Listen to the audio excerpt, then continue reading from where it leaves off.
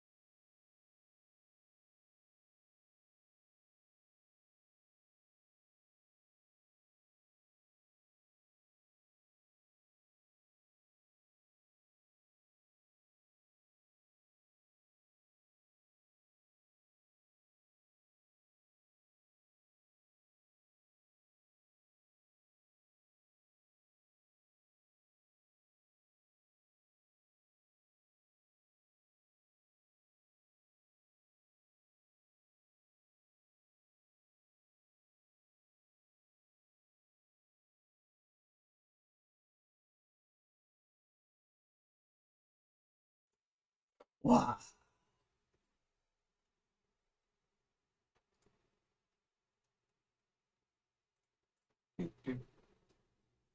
Okay. Before we begin the session and the recap and anything like that, I have a very important announcement.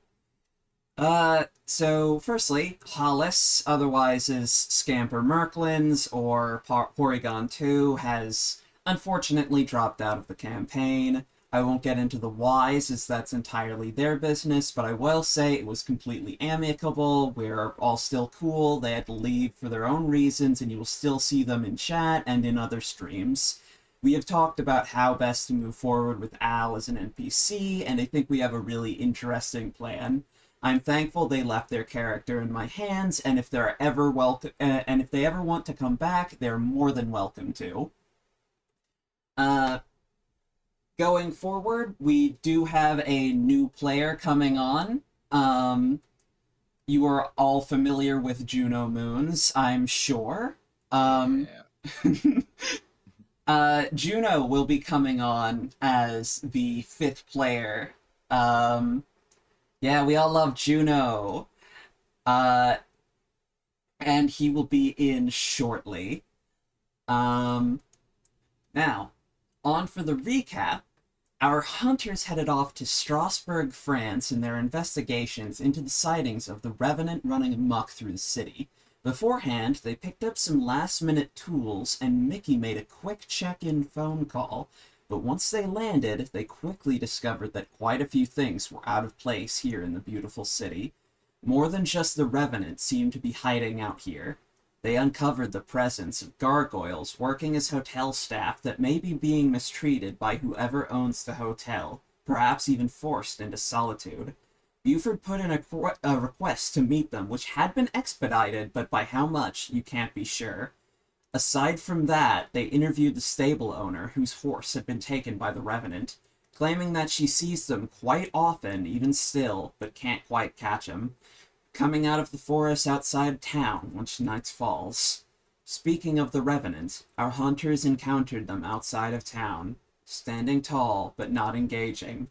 They put out a call to their companions, who stayed behind, but will they answer? Of course, you guys remember that Al went off to exchange their fake magic dollar for euros to make the trip a bit more comfortable, and Buford is currently at Le Coin de la Lune trying to further his solo investigation as well as procure rooms for the investigation. Before we can discuss the monster and how the rest of the party approaches them, we need to know if Buford answers the call, and if not, quickly, what is he doing instead? Unfortunately, Al does not respond. Um, how far along did I get in the process of acquiring rooms and stuff like that?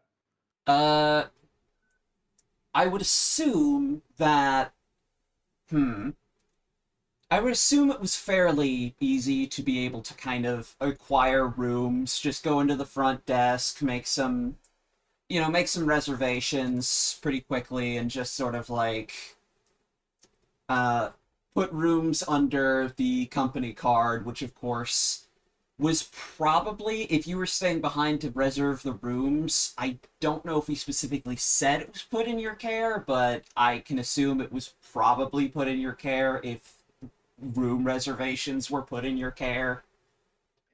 Yeah, I think Buford would have just cautiously like moved the card towards the card reader, hear the beep, have a little panic, and then howdy doody, that worked. Oh great. Mason. All right. Okay, sure. Cool. I guess nobody does physical anymore. Great. All right. Okay, cool. Lovely. That's your room for tonight figured out.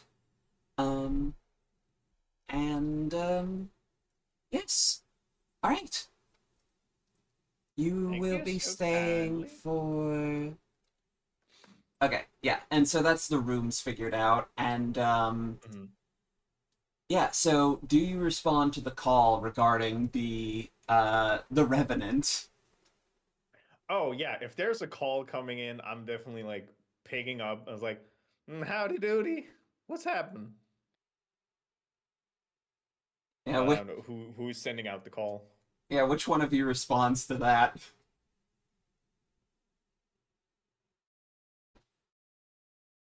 I could respond to that. Awesome. Okay, so Buford, we're gonna need your help. We have a guy who came out of the woods, may or may not have a head. Your folksy expertise would be very useful right now. Woods. All right, got it. I'm gonna look over the receptionist. I'm gonna go to the woods and basically with my body language try to signify I have no idea where this fucking forest is. Uh, That's a great point. I didn't tell you. the No, no, no. the receptionist pulls out a brochure and points to a map on the back. Oh hell yeah! No, I'll be there in You can see lickety split. it's about like a 5 minute bike ride. Yeah, I think I get the sense that Buford is trying to take a lot in, but sometimes it gets too much. But things like machines get his attention. So would I have seen like rent bikes or rent like electrical scooters around? I like it's modern day. It's a modern day French city, you know. Like it's a tourist place. It's gorgeous. They obviously have these around. Like I feel like you could definitely find one somewhere nearby. Yeah. Um. Okay. In that case, remembering having seen somebody around, I would probably run out, head towards where I've seen an electrical scooter, and with your permission, I would love to act under pressure to try to figure out how can I ride this electrical scooter that probably needs an app or something. Oh, I would love nothing more than for you to act under pressure. Thank you. Well, in that case, I'm rolling a total of 7. Alrighty. So you do find the scooter and you can absolutely ride it. Um Mm-hmm. However, you do not know how to ride this. So I'm going to give Mm-hmm. you one of two choices. Either you can be late or you're going to get there kind of recklessly. You know what I'm gonna pick. I would love to arrive recklessly, thank you. I'm so glad to hear that. Just like Alrighty. grabs the scooter, kick flips off of a seagull. He's like, all right. Shows up, crashes it, destroys it into a bazillion pieces. Rams a cabbage wagon that for some reason still exists in My modern times. cabbages. My cabbages! And They do like then, the stock cat yell and the ram scream. oh, absolutely. We cut. If I We could be a menace to the French, I would. poor Fog. Oh yeah, I'm like a men do it for good measure. On the other side, uh, we cut back to Sparky, Mick, and Viola, who are all facing down this knight, who's just looking at you. His rusted pieces of armor revealing his rotting skin. The strange, mismatched helmet and lance pointing out while his cape is billowing in the wind, the tatters of it just revealing these, like, patchy holes that almost make him look even more eerie. He points his lance in your direction, but doesn't say a word.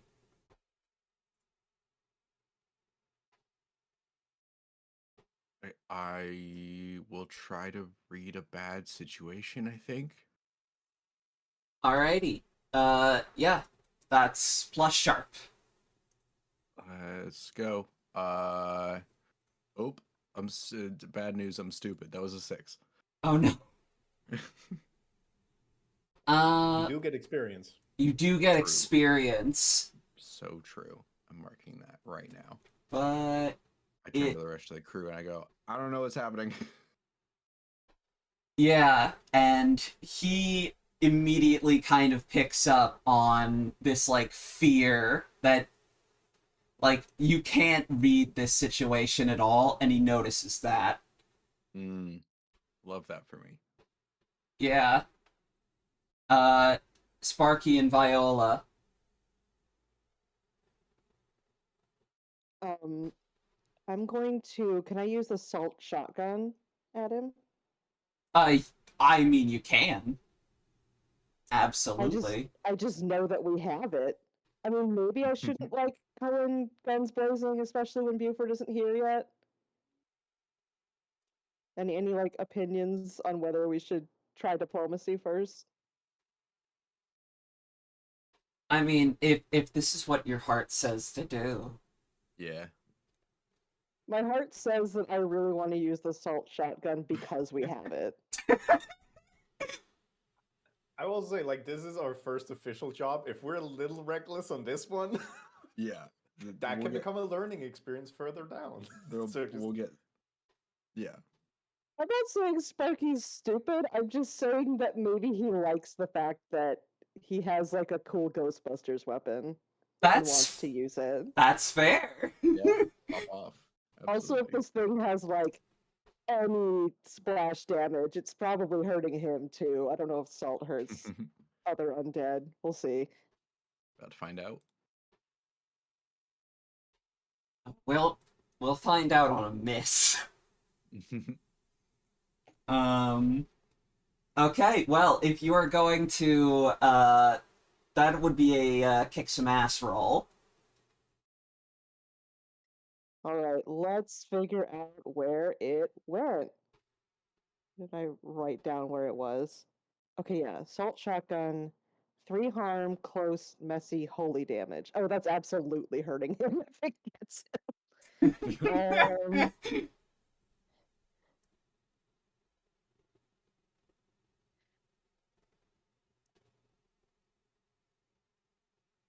Okay, kick some ass roll. That is tough. -1 tough. Cool. Oh, great. all this is fitting right now. Yeah. 4 and a 4, It's so a mission 1. We're panicking. 7. Okay, that's a Oh. mixed success. So on a 7, you and whatever you're fighting inflict harm on each other.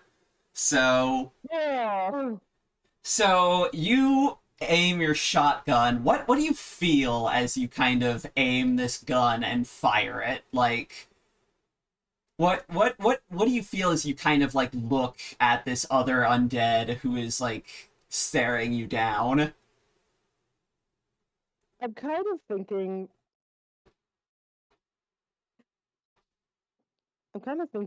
that is the shotgun like a normal shotgun that just happens to shoot salt, or is it like some kind of like cool weapon?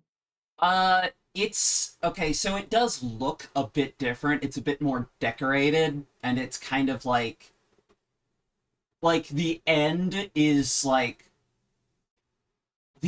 more open to kind of signify more of a spray. It almost looks like it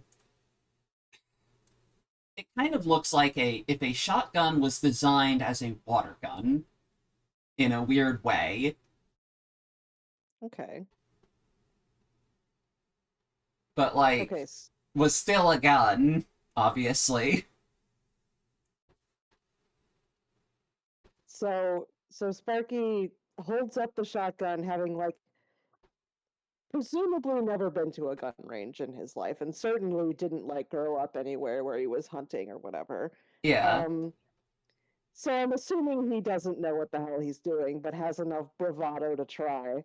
Um, Aims it at the Revenant, manages to not say out loud, "Welcome to Earth," but thinks it.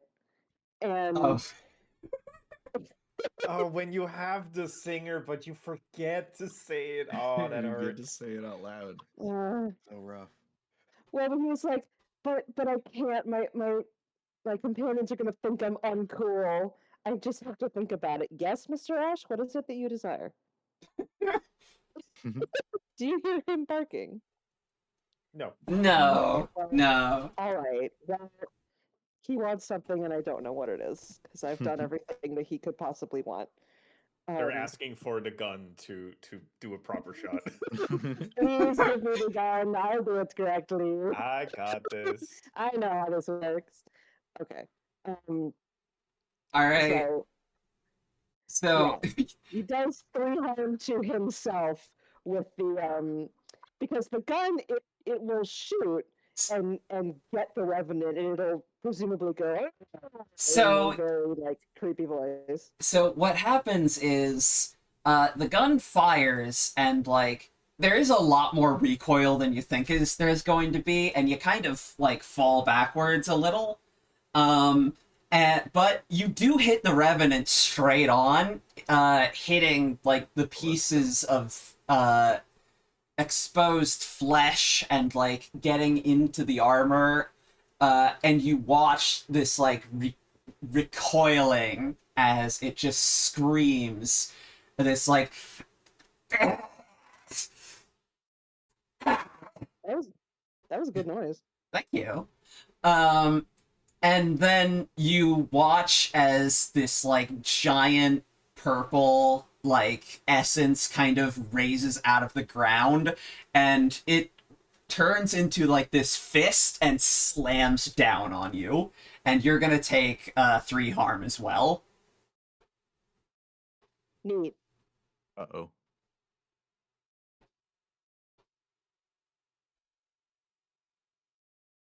Why?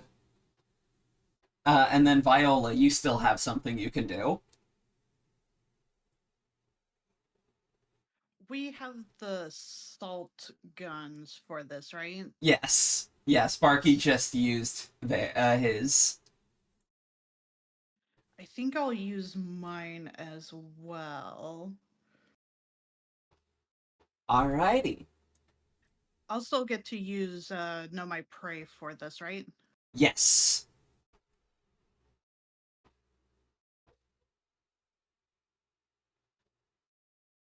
Oh, Mouse, remember that Sparky does have armor. Does he? I'm pretty sure. Don't you have immortal? Oh wait, yeah, I do. Hang on. I wasn't sure like if I did still have that or not. Let me check.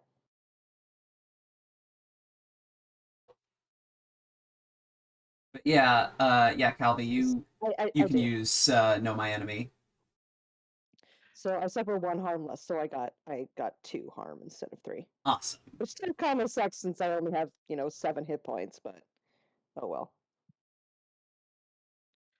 Okay. Well, Um, sorry, is there anything else I add to the roll, or just the +1 from Know My Prey? Know My Prey and then plus tough. Because it is a kick some ass roll. That is fair. In that case, it would be a 10.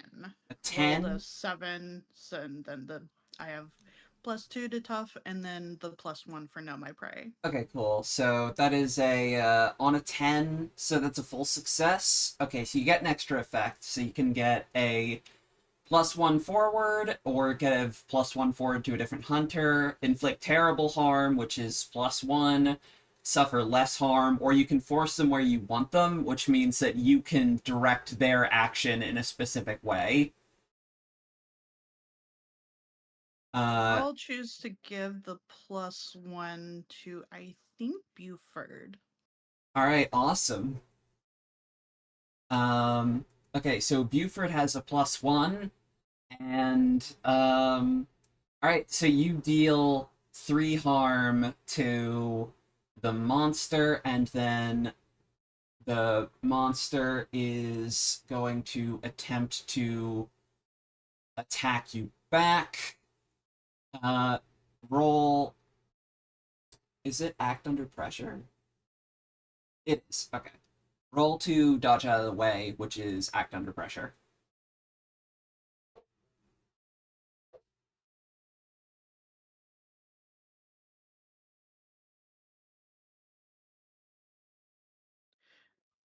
And that's also tough, right? Or no? It's cool, That's actually. plus cool, yeah. Yeah. Okay, in that case, it's just a 6. Oh, I should say what he's doing. He raises his arm and like a line of bones are coming out. Okay, that's a 6.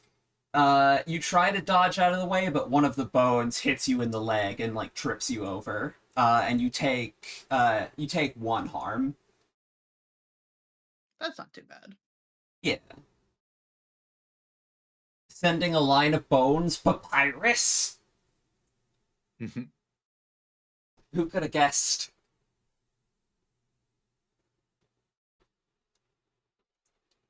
Holy shit, this is just like Megalovania. I love that game. Dude, Yeah, I love that game, Megalovania. Yeah. the monster then turns to you and just looks at all of you and is just like, why? Why are you doing this? Is that him Please. talking? Or is that the That- way he's looking at us? That's him talking. Hi, Juno. Okay. I may have shot first and asked questions. Not at all. Hmm. I- And then you watch as he drops his lance, first of all, and you watch as his hands kind of go into like this kind of locked in kind of claw formation, and he starts kind of writhing together, and his hands kind of go to his head, and he's just he begins kind of seizing a bit before he looks at you all and is just like, please, I beg of you, help me. And then you just see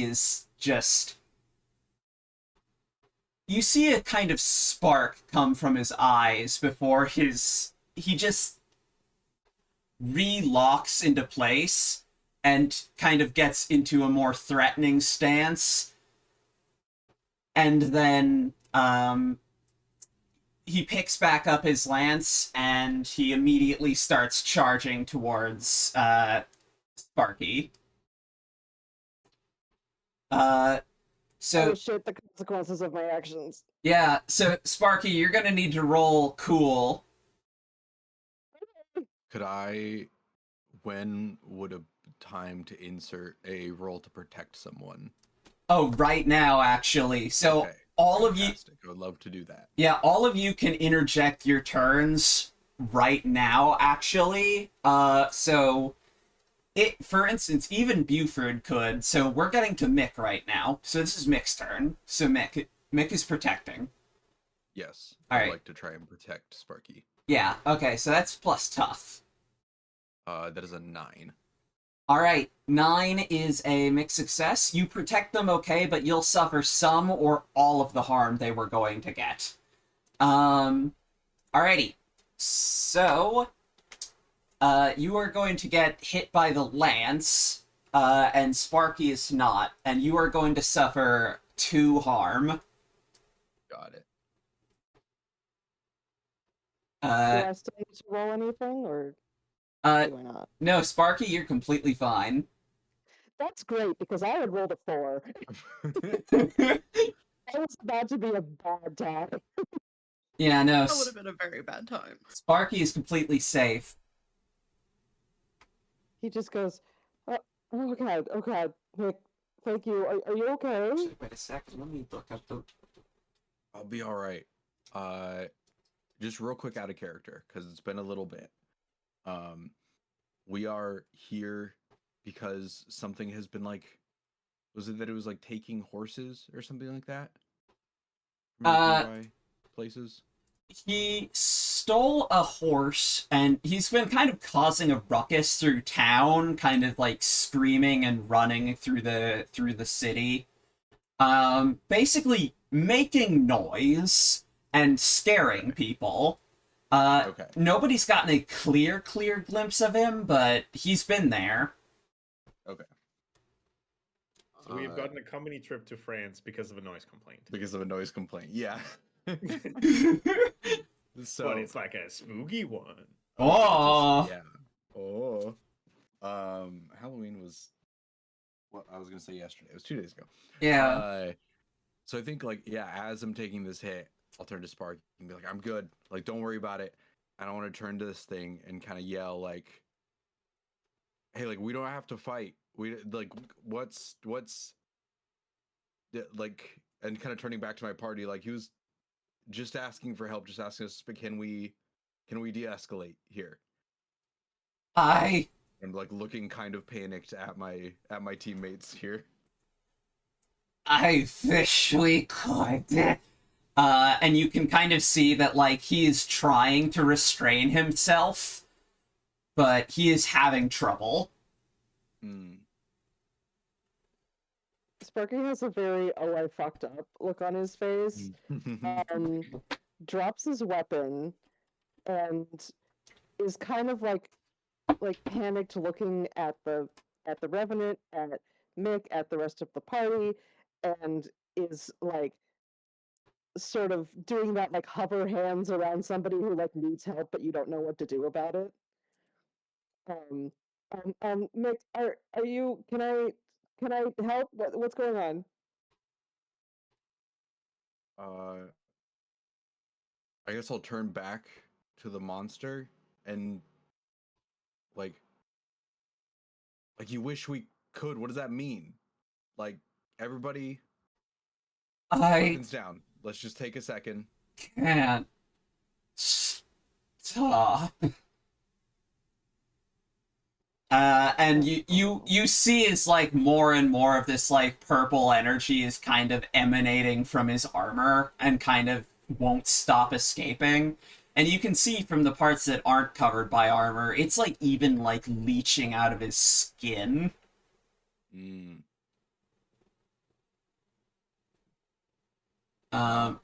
He's like trying so hard to like kind of back up, which is why he's not attacking you right now. Like, he's trying so hard not to hit you. But you know, when your turns are all over, or in a few minutes, he'll attack you again. Gotcha. I guess I'll turn to the rest of the team and be like, okay, if we can do non-lethal, if we can take him down, not take him out, let's try for that. You got it. Laz, can I enter on an L scooter now? Yes, absolutely you can. Yeah, I was about to say, like, I'm recklessly coming in from the right on a scooter in high speed. Yeah, Buford. Based on what I'm seeing, what is my read on this situation? Because I'm not assuming I'll be able to hear anything, and I'll just be like running in. So So all you hear is "Born to Be Wild" playing diegetically, just like Yeah. as just 2 shotgun shots and then some clanging noises and then running in a little bit of like conversation, but Yeah. May I roll a read a bad situation, because I feel like it's so applicable. yes, Before we get to the scooter, let's read a bad situation. This is nothing if not I'm a gonna be bad real. I want to situation. fail this one so bad. Okay. It is a total of 11. You hold 3. You have 3 mean, hey. questions. All right. What's my best what's way my in feels best way pretty in? useless. That's a scooter. Yeah.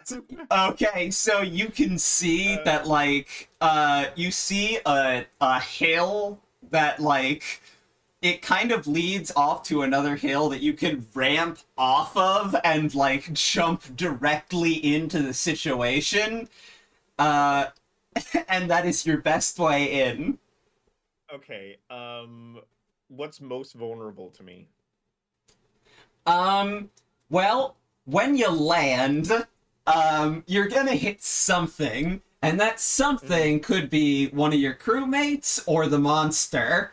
And depending upon depending upon your next roll, and depending upon where you want to land, is kind of like where you're gonna end up landing.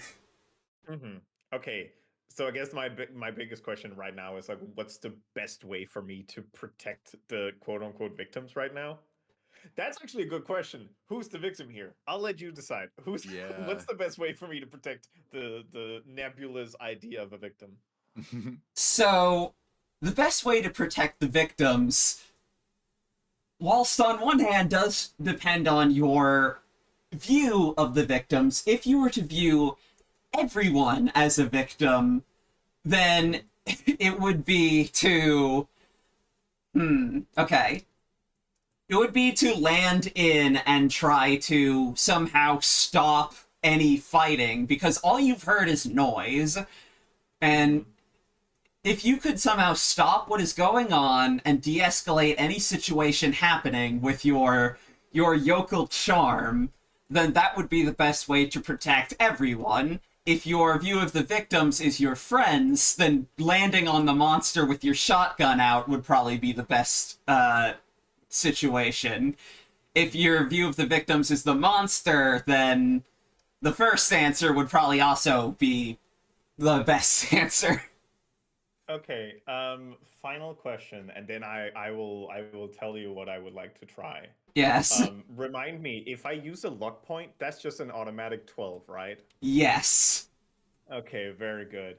I think my intention would be that as I'm like ramping off this hill and I'm like trying to read the situation while midair, I see that Mick has thrown themselves in front and taken a hit. So I think my natural instinct is to do a kickflip on the scooter and basically with the back wheel hit the head of this Wight and then do a cool landing. Alrighty. I want to attack. I want to attack the supernatural creature with the back of an L scooter, please. Alright. Alright, roll to act under pressure. Can I use luck afterwards, or do I need to immediately say like I want to use luck You on this can- one specifically? You can use luck afterwards. Alrighty then. In that case, that is 2 6s. Are you kidding me? Let's let's fucking go. Fucking go! Yeah. Buford had about 5 minutes to figure out how the scooter works and is crushing it. Let's fucking go. Just like Super Saiyan Buford over The here. fucking the natural talent. Yeehaw!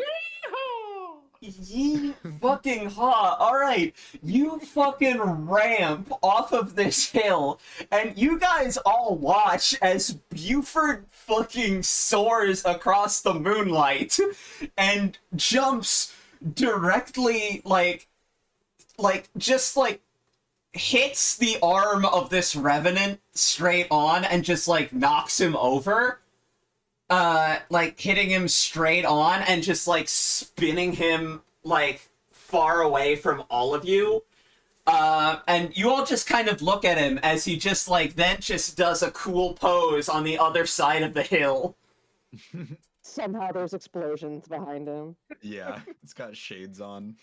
No, I've got you. The Revenant raises his hand as he's falling over, and you just see these pulses of darkness just erupt behind Buford.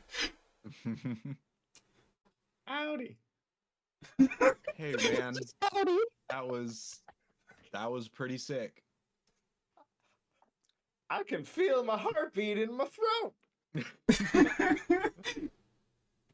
The What are we doing? monster is laying on the ground. Oh shit, are you okay?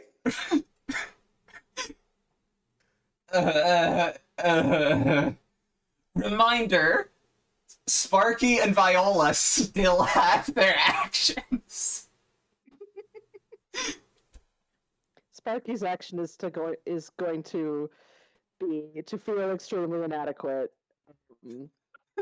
And I'm gonna. No. what's the closest roll for that? Let's see. Oh my gosh. Hmm. Oh Yeah, I'm man. gonna read a bad situation, meaning um my my dignity. Wait, hold on. What are you doing? I'm sorry. Still. I, because I'm trying to figure out the equivalent of like a flat D20 roll in D&D to do something stupid. Um, to be like um roll to see how roll to see how much like my manhood has taken an ego hit, you know? Roll plus weird. This isn't a skill, just roll plus weird. You're being weird. Sure. Fine, I rolled a 7 and I got a +2, so I have 9 feeling bad. Maybe 9 feeling okay. That's I a guess rolling higher is good. that's a mixed success for taking a blow to your masculinity. Oh yeah. Amazing. Oh my gosh. So yeah, Sparky feels a little bit like, damn. Oh okay, gosh. okay. But it's like, no, okay. But I can. Be, I know Buford's hot shit, but I'm cool too, alright? Does not say any of this out loud, is just in his head being like, Oh, don't worry, Sparky. You'll make up for it all later. You'll get something cool to do. He's so not cool. Like he's such a person who looks like he'd be cool. He's so not cool at all. Dude, Sparky, you're like the coolest one I know. Come on, man. Thanks, my guy. He's not saying any of this out loud, but somehow Buford intuits from his very like That's I the like yokel fucking Like the charm, quivering expression. Yeah, underlip, no, just he- like, That's mm, the rural charm. it's that dude. real chart. Damn it! He's just so cool.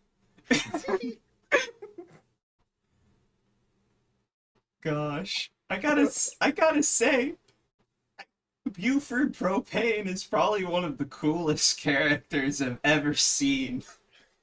I'm a dumbass. I know. I need to state that very clearly. It's all about the plankton. I went to college, and yet I'm still owned. I'm not owned. Alrighty.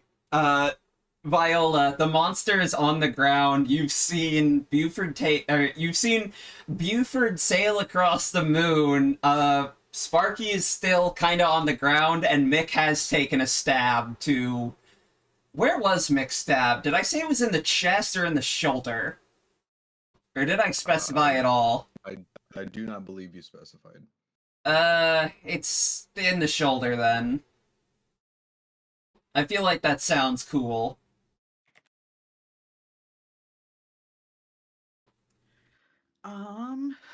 Would it be beneficial to see if there's anything I read in the report that would conflict with why they're trying to ask for help? Um, hmm. Well, you. Hmm. You would know that, first of all, that writhing is sort of abnormal. Revenant's also this strange kind of darkness that he's emanating wouldn't hurt him like that and is very out of control.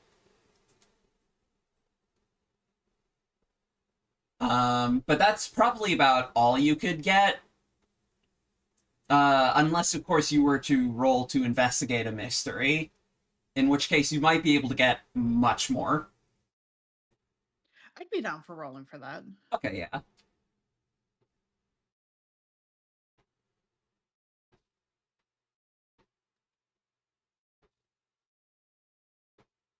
Yeah. Oh man, I do love the Okay. advanced effect for investigate a mystery because on a 12 plus you can ask any question you want.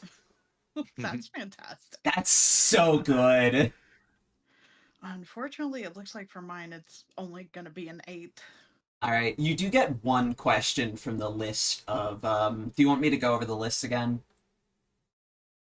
I actually was able to find it, luckily. Okay, awesome. I think I should go with what is being concealed here, because it seems like that should tell me, like, what we're seeing versus what I know of the creatures. All right. As you look closely, you can see just like, especially around like the creases of his armor and the places where his armor is gone, you can see translucent skeletal hands clawing into him, like tethering to him almost, and like they're like sticking out of him, like sticking into him, just like it's almost like they're not his, but they are a piece of him, if it makes sense. Like, That does, yeah. yeah. Um, is it possible for me to do safety first and see if maybe I can remove a hand? Or would that be 2 separate actions? Let me read safety first.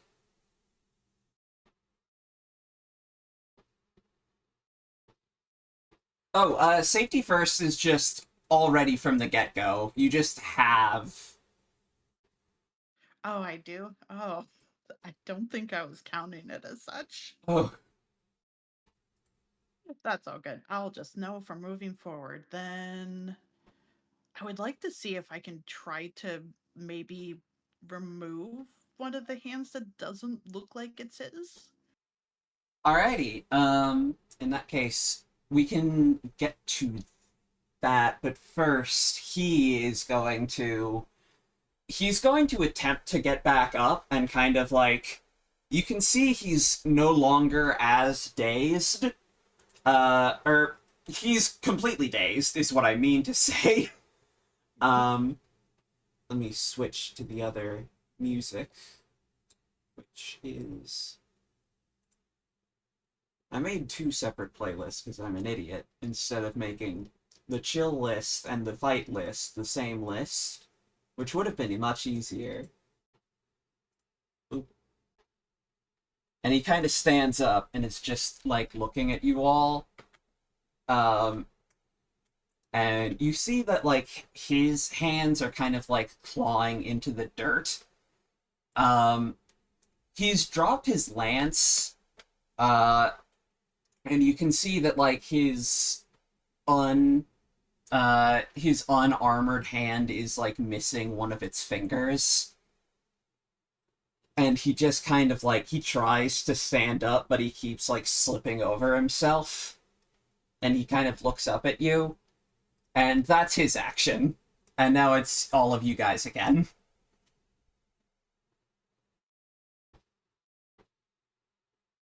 Hmm.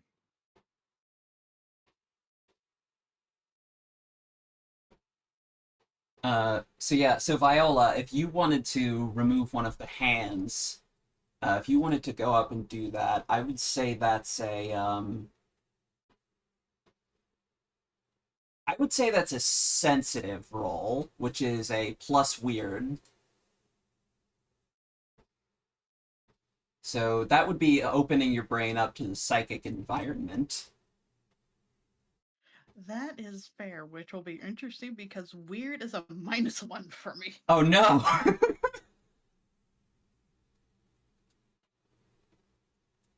Okay, well, I rolled an 8, so that would be a 7 altogether. And I think I'm just gonna yell to the group as I'm running to try and grab the hand, being like, I'm going to see if removing what is abnormal helps him. I am still gonna hold on to the salt shotgun just in case, but I'm gonna use just I think my bare hand to try and remove the the hand that seems abnormal. Alrighty. As you walk up, you go and you try to remove one of these hands, and on a mixed success, your hand passes through this like translucent skeletal hand. Um, but the Revenant looks up at you, and he he makes eye contact with you. As you look in, you can kind of see his eyes are this weird pinkish color that you've never really seen in a human eye before. And one of them is very dull, while the other one is very vibrant.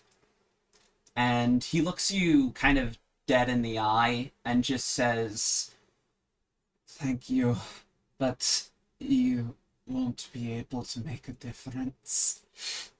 I've I've been trapped.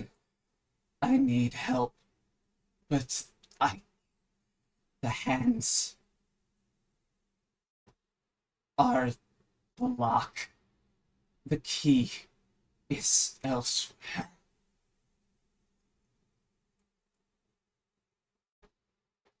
The key. Is he gonna keep attacking us if we just like leave him alone and try to find the key, or like try to talk to him? Um, I mean, you can ask him that. Okay. Well, I don't know if it's my turn yet. I mean, I was gonna But- ask if it would be an action to. conversation is a free action, so I was just say, I assume, yeah, that we're free to chat as we need to.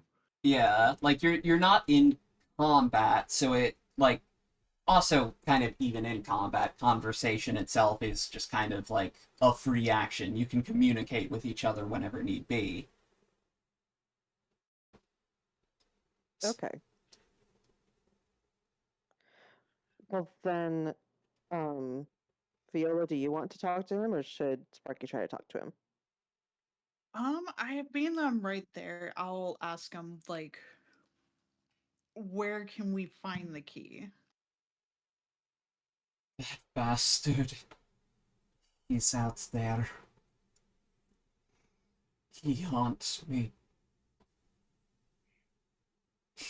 You can find him whispering on the winds. You can find him just behind me, following me. He gave me this. He gave me this. He gave... And you can kind of see him starting to slip a little. I'm probably gonna look back at the group, kind of like a, do you understand what's going on, or like something? I think Buford's gonna step down from the scooter, and just kind of look over at this one and be like, "Listen here, buddy. You clearly know something, but something's kind of, I don't know, holding you back. And you gotta know if you want to get out of this, you gotta be strong. You gotta fight back, and you gotta tell us while you still got like 2 cents up there. If I the... would like to, if I can protect someone by telling them what to do, roll charm instead of tough. I'm trying to protect this one by telling them that they need to fight back, essentially. Okay. I like that. Yeah. I love that that's a mundane role. Yeah. That's... I mean, it's called Let's Get Out of Here. I'm doing a little bit of interpretation, but, you know. No. This is amazing. Yeah, no, let's do this. So, go ahead and do that. So I rolled a 6 plus my 2 charms, so that's an 8. Um, he looks up at you and he says, "The moment I say the truth, he'll take me back over. He's trying right now. Be prepared." And then he takes a deep breath, It's a lich! It's a lich, run! You'll be safe at dawn! And then you watch as, like, he jumps back before he's just enveloped in this explosion of darkness. And then, you see as he is just, like, running whilst kind of almost... It's like this purple darkness is just, like... It almost looks like fire is enveloping him, and he's just kind of like maddeningly running towards the city. And then we need Soul Sanctum. Hell yeah, new music. Yeah, now he's running into the city. With this Oh, good. darkness in hot pursuit, is that it? Huh? With the so the darkness enveloped him, Yeah, and he's now like not under control of himself. yeah, he's just, he's just completely, like, covered in this darkness, and he's, like, running on all fours like an animal, and just, like, the darkness is, like, burning into him, and he's just, like, screaming. That's like really kick ass. That's cool and it's scary, but I just like Laszlo, it's a really good description and you did a good job. Aw, Yes. thank you! I think me being on a scooter, I think I can only bring one extra person with me, so I'm just looking around. I'm seeing Sparky has a shotgun, and Viola moved a bit away. So Sparky being the closest one, I'm just gonna just the equivalent of revving an electric scooter, which is not gonna say a lot. It's nothing, but Um, yeah. and I'm just gonna drive past Sparky, try and grab your arm and bring you along. You you can ride shotgun on my scooter as I'm gonna hunt this one down. You got it, buddy. He like kind of jumps on as best he possibly can. Because I assume Sparky's kind of a gangly motherfucker. Like he used to be more buff, but becoming undead did some muscle wasting to him. So he's just like, "Wah!"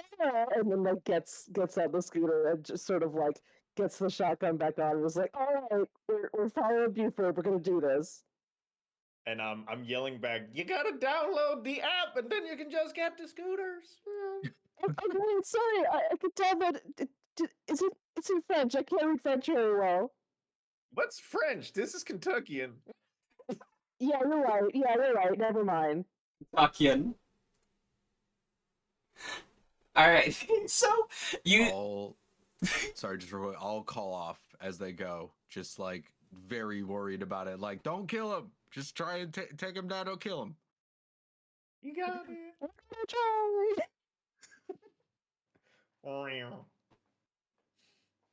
Alrighty, so, you two are in hot pursuit of, the Revenant. Real quick, Mick and Viola, as you watch them leave, what are you guys going to do? Probably just run after them, honestly. Yeah. No, that's... I'll just help pick each other up and just like, all right, let's do this, and just start jogging. No, that's fair. Real quick, roll to read a bad situation. Oh, good. Plus sharp. Okay. Both of us or just them? Both of you. That is a 4. Oh no.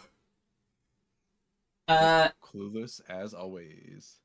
Yeah, Mick, you're just on the mission. You don't notice anything else. Fantastic.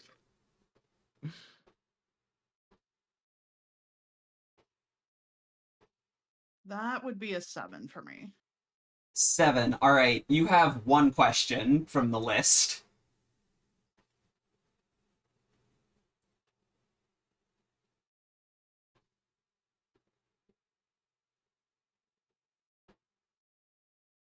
Are there any dangers we haven't noticed?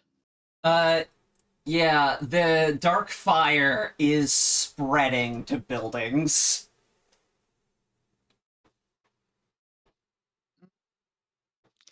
Is it something we can like put out with like some water? Uh, Perhaps. Probably. Hey, Globzo. Is it something I could just try, or would I need to roll for it? I'd say you could just try. It's not high up on the buildings, it's just starting to spread. I think then I will try and also call out to Mick of like, fire.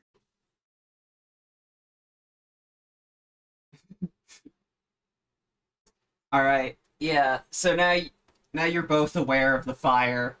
Um, Meanwhile, charging off, uh, Buford and Sparky, you guys are running after the Revenant, who is crashing into building after building as they are just clawing through the street, ripping up pieces of the cobblestone, as they're just like they are just rampantly dashing through this street, just like the fire is just jumping off of them. Bones are just like bursting in and out of their body. And you guys are on this scooter chasing close on their tail. What are you guys gonna do? So you're telling me I'm managing to keep pursuit while cobblestone is being flied around in an L scooter. This is great. This kicks ass. I think my main goal is to try to keep up as best as possible. Try to keep the ride as smooth as possible because I know Sparky has a shotgun, and also just yelling at people like, "Come on, we got a loose one! Get inside! This is a bad one!"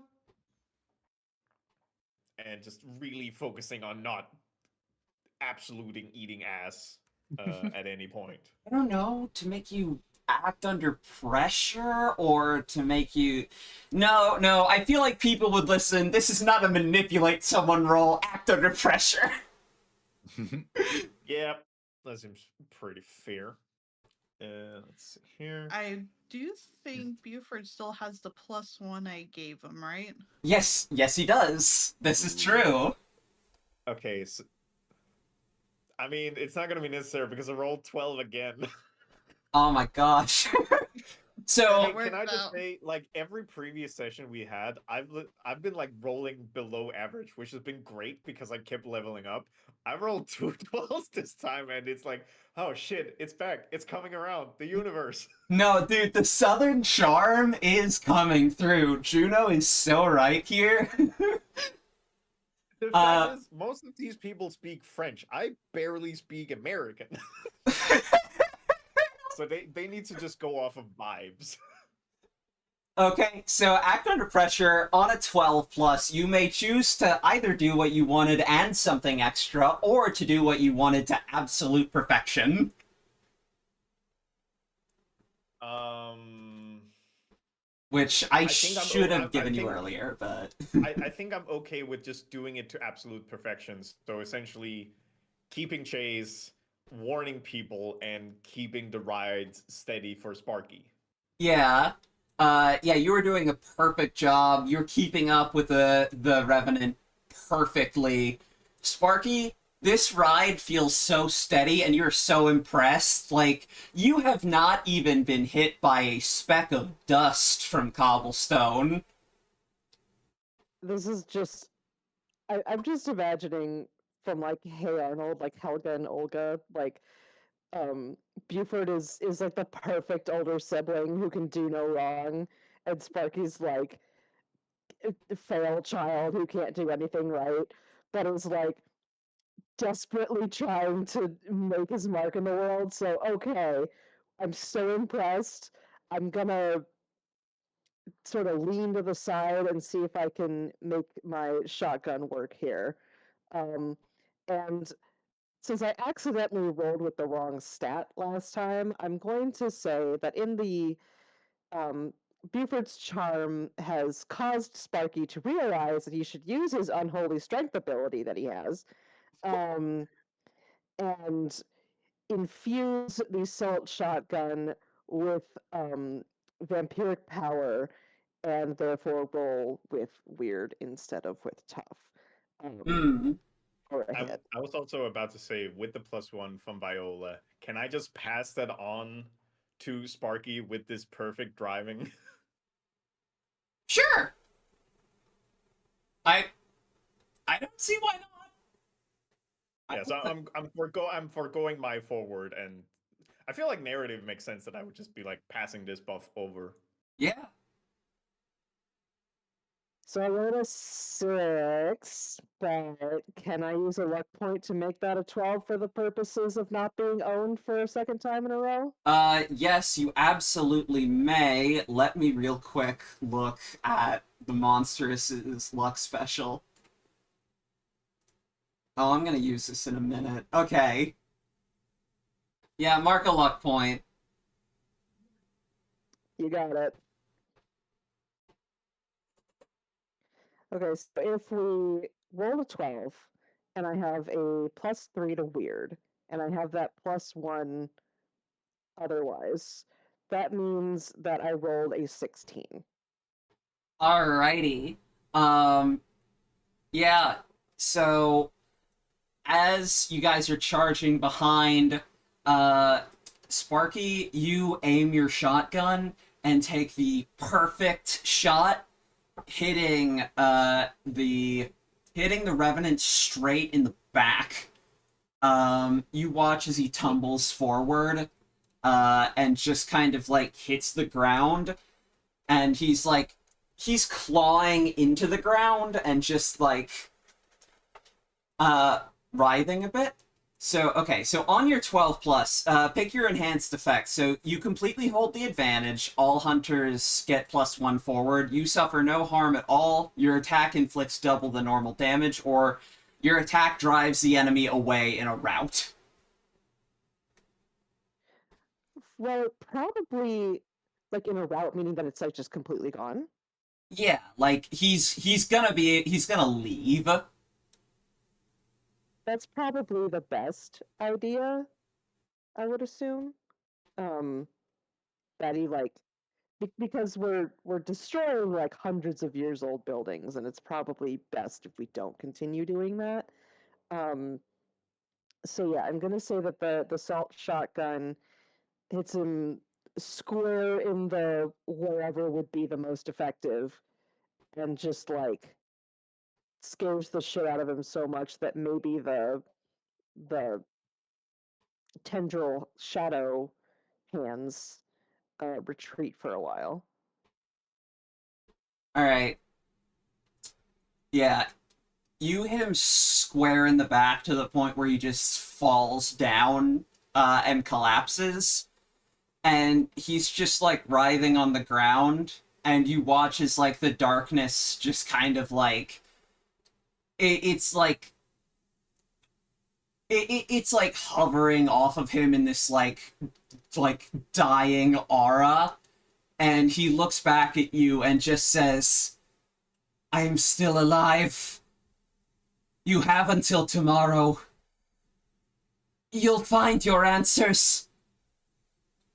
Please, don't stop looking. I beg of you." And Okay, well, I'm glad I didn't kill you by accident. and then you watch as he just sinks into the ground. And I also just realized that we were supposed to not to be being non-lethal, and I don't know how non-lethal that was, but thank you for making it non-lethal. I mean, Oh, it's don't salt. worry. You know, Well, what's it- the worst you can do? It specifies drives the enemy away in a rout. Plus, I have plot things. Okay, Mm-hmm, okay. mm-hmm. All right, bye. Alrighty. Can I have a quick look back? How devastated is the road behind us? Oh, there's chunks missing, and like you guys do notice the buildings on fire, which cutting back to Mick and Viola, you guys are putting out fires and like yeah, describe to me like kind of what you're doing as you're trying to like rush around town and put out these flames.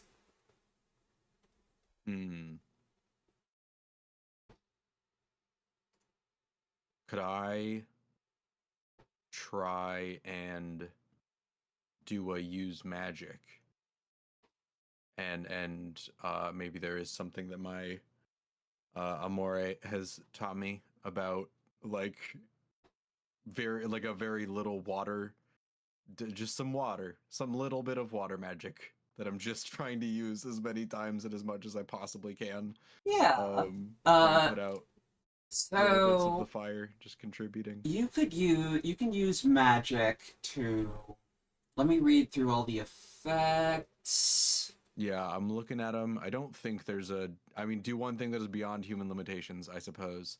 I mean, yeah, I don't feel think like there's something super specific to it, but okay, so I'm looking through big magic, and I do feel like oh, if you wanted to summon a lot of water and kind of like try to get water going to a bunch of buildings at once, you could try to use big magic, but you're going to need another magic user. gotcha. I think Mick knows that would be punching well above his weight class. and that just little things is probably like he has not done this often. He does not do this often. He has not done it much before.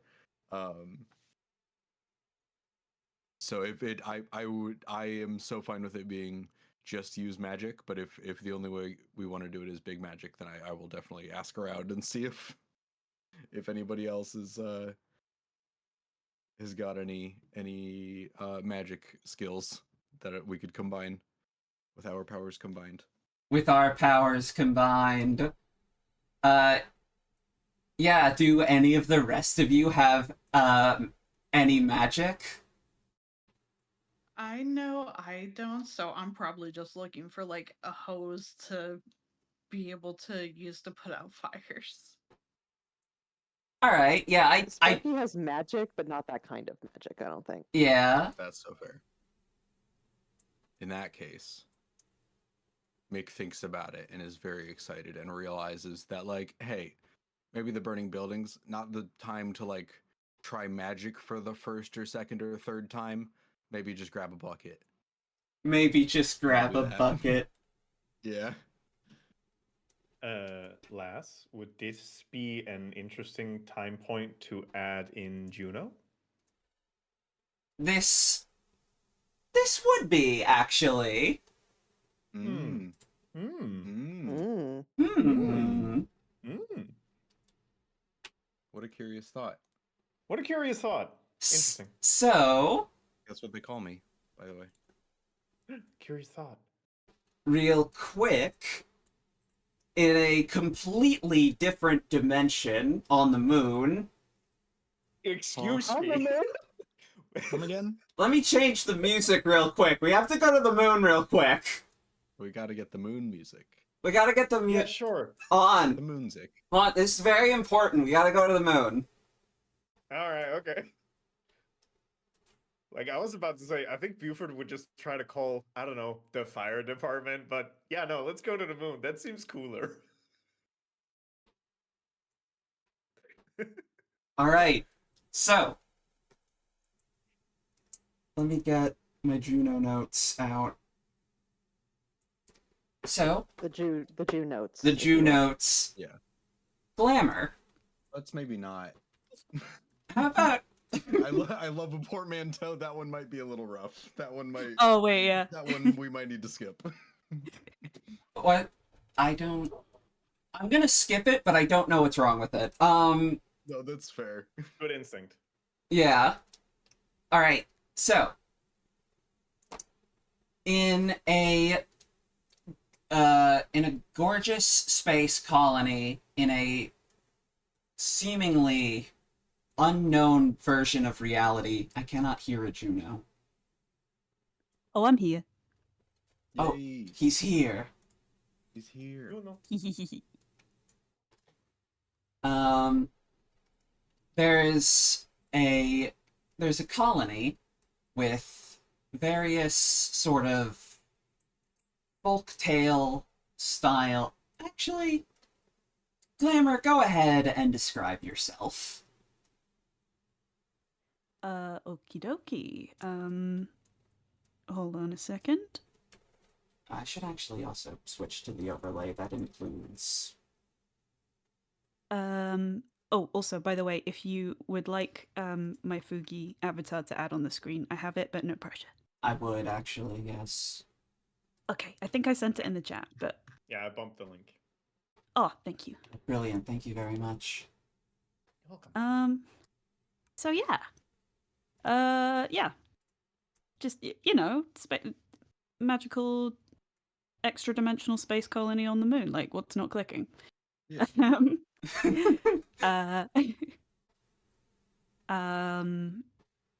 everything is very silvery and Oh, what is happening here? basically like constantly bathed in moon glow. And the character that you see, or that the audience would see, you guys don't know them yet. You see a humanoid shaped, vaguely, being with the head of a rabbit,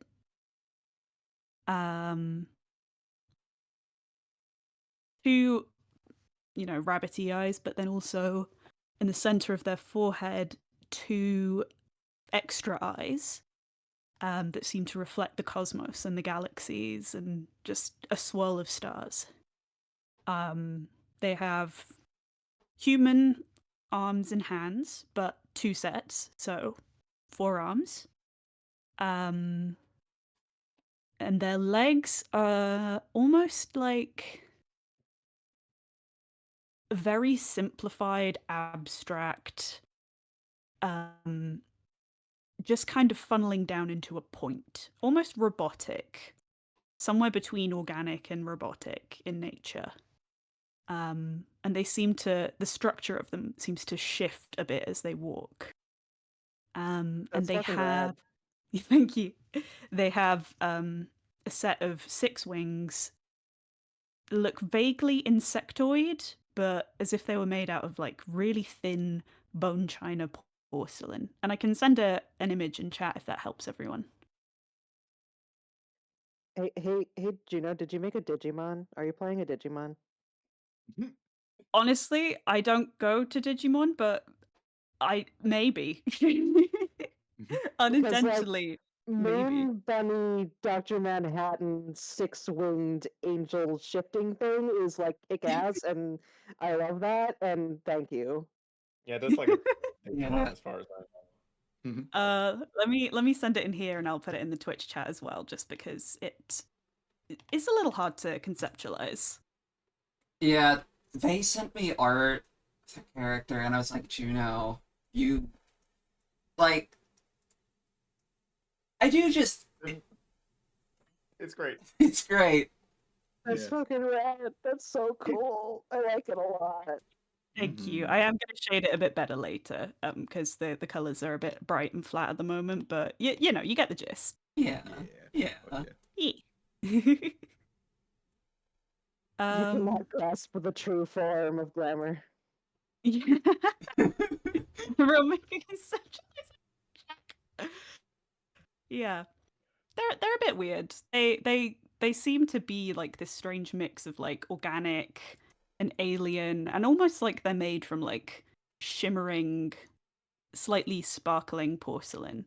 And sort of swirling around their ears, as you can see, is a little comet just a tiny miniature comet, just constantly in orbit around, almost like a halo.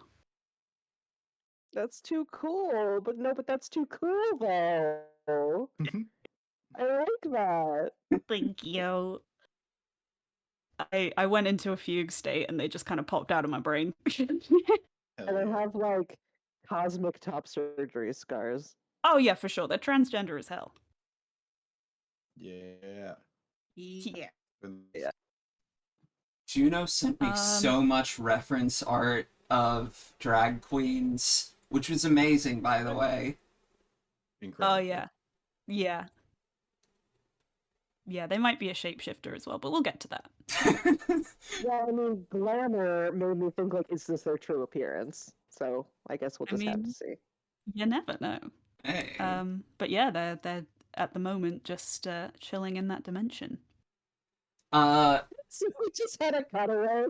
to, Yeah, like, rapture we had a dimension. we had a commercial break. All right, now that we've come back, we're on the moon. We're on the moon. And it's just like, hello. I'm on the moon. And just zero explanation of how we got there. Yeah, Yeah. it's almost like you're watching a different show. But Juno or Glamour, you're sitting in your room with your pestle, and you have a bunch of mochi nearby, obviously. Yeah. Uh, Yeah. have you? What does your room look like? What's all in your room? I think it's not quite Howl's Moving Castle level of a bedroom. It's a little bit more spacious, but it's definitely not like a minimalist space. Mm. Everything's just like very kind of like pale, like pinks and blues and creams and, just very pastel colors. And there's just a bunch of very reflective, like surfaces and prisms and mirrors, little hanging ornaments and crystals and things just kind of all over the place. Yeah. They don't really have a bed, but they do have just a corner that's basically like kind of a hammock, but also it kind of looks like those big, those like nets that you store like plushies and things in, or like cushions and blankets up on the ceiling. Oh my gosh, yes. Yeah, it's that, but just like filled with soft cushions and blankets and things. Just like a proper little nest. And then they have like it's like an open plan little area. They have a few like they have like a chaise longue. Just because they would have like a fainting couch style thing. And a little kitchenette area which has like a pestle and like a big mortar and pestle and all the different areas, like all the different ingredients and equipment that you would need for making mochi, because they may or may not be the rabbit that's in the moon that makes mochi, but Huh?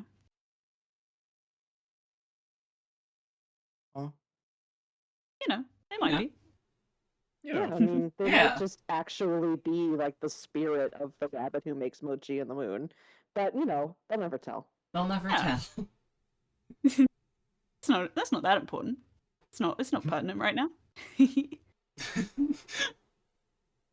So yeah, that's Sparky, so firstly, I need you to, or not Sparky, Huh? Glamour. oh Glamour, I need you to roll your Boss from Beyond roll, so that would be plus weird. okie dokie. Roll plus weird.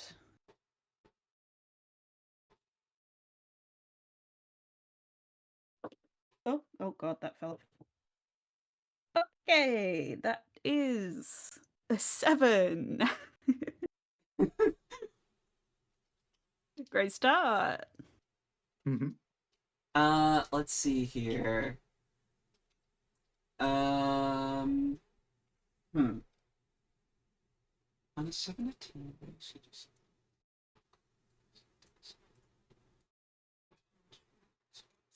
Okay. Um. So, firstly, you get a vision from Fate. Um. Oh, yep.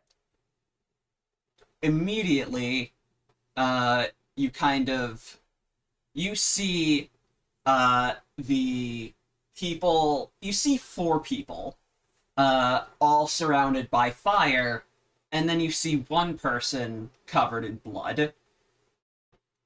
Oh, And then uh, you see a man in wizard robes, uh, and then you see a layer of text appear over him that just says, "You have to give it to him," and then the vision ends.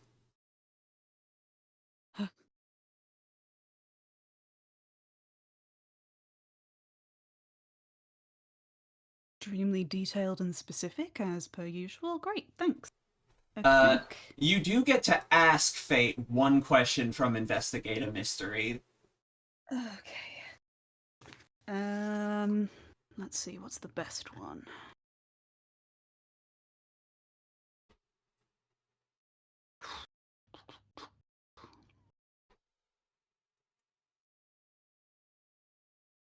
Where did it go? Which it are you talking about in this situation? I'm thinking the wizard, because the situation with, the people with the fire and covered in blood seems pretty self-explanatory in a way. But I'm intrigued about the wizard. Uh, the wizard appears to be in the same. He appears to be in the same place as the people. But he appears to be hidden somewhere. Uh, he seems like a very elusive kind of person, and there's this fog around him that you can't exactly get past. But in terms of where he's going, it seems like he's going to be leaving the city soon. Hmm. I'll have to catch him. All right, no time to waste. Um, I guess they're gonna head down there, and I imagine. I mean, I'm not entirely sure how the magic works vis-a-vis what we've already discussed, but I like the idea of them almost reaching it through a dream. But it's up to you. Um, I do like the idea of them kind of reaching it through a dream. Hmm. Um,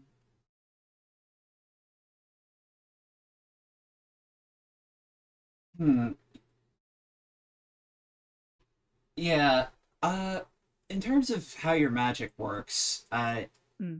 yeah, I think you can use magic. You're kind of like the main spellcaster, replacing Al. Um, Yeah, no pressure.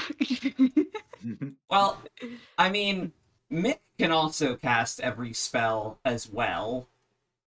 I Okay. think I think Sparky is the only one who can't cast every single effect, but Sparky has really specific magic. yeah. He's got um mind control magic and stuff like that. Oh, cute. Because, No. like vampiric thrall and things like that. Mm-hmm. Mickey's only Yeah, good at I it because mainly of have his like scooter. scooter-based magic. Yeah. Yeah, Yeah. Buford just has being a cool guy magic. Mm. No, I'm mundane. I'm very normal. But Totally yeah. normal scooter magic. Mm. So it seems like you're gonna be needed on Earth for a purpose soon. Hmm. Uh, All the right. these five people definitely they seem like they have a purpose, and that purpose is kind of it seems important. Mm. Well, if fate's involved, that's got to be Yeah, that's got to be a bit of a big one. Okay. I think they'll head down there. I think they might just. Oh, I'll tell you what it is, if that's okay. Yeah. How they get there. There's a separate room that's basically like a little bathroom, almost like an ensuite. But instead of, your expected bathroom things, there's just this round pool of milk, I guess. Like I feel like they'd have like a milk bath basically. And they just step into it and float on their back and just close their eyes and fall asleep. And once they've fallen asleep, their form sinks below the surface and they disappear. All right. Yeah. Yeah. You That's how they leave. you disappear beneath the milk bath in the milk room. Milk room. The milk room on the moon.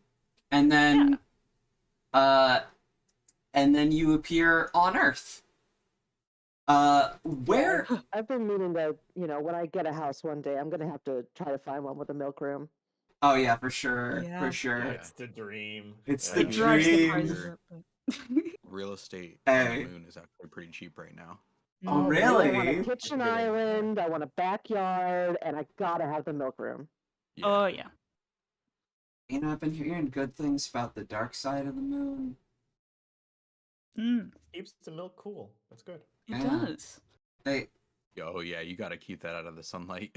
Yeah, Yeah. you don't. Yeah, you do don't not want want the it to milk be get combined ruined. with the No. sunroom. That would turn the milk room into a not good place to be. Oh, Yeah, for you don't sure. want it to For turn sure, into for a cheese sure. room. Yeah. No. I mean, cheese room? how do you think if the moon's made out of cheese, how do you think it gets there? That's just all the used milk room you just throw out, and then at one point, boom, there was a moon. Yeah. It wasn't a milk This isn't room canon. until Glamour showed up. It wasn't a cheese moon. Oh The moon god. wasn't made of cheese until Glamour showed up and decided they wanted a milk room. And all of the consequences that came with that. I The will cheese curd. I will say that Glamour is not the only person on this colony. What if they were?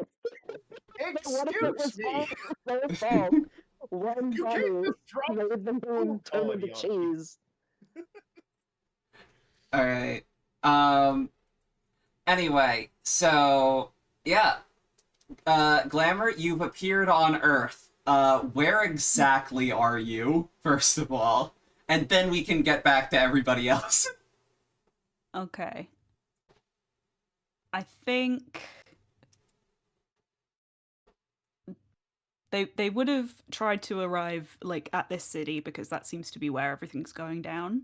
I think they'd probably like want to get a good vantage point, so they'd sort of almost in like a starlight form, like just kind of like swirl down from the moon, and land on the top. I can see in the image there's like a cathedral there and like a big tower, Yeah. and I think they'd land there and just sort of like scout around, get their bearings before probably taking off towards where they saw the fire. Alrighty. Yeah, okay, so you start heading towards the fire, which is kind of near the cathedral, so in all honesty, not too far from you. And then is this a good music for this? I mean, yeah, the battle is over. It's kind of melancholy. Yeah, I like this. Okay. Yeah, so you all are kind of like putting out fires and such, and actually, no, I want something more intense. Sorry. Yeah. No, I'm putting Soul Sanctum back on. Alright. So you guys are all kind of putting out fires. Viola, you were looking for a hose. I was, yeah. Alright. Roll to roll to act under pressure.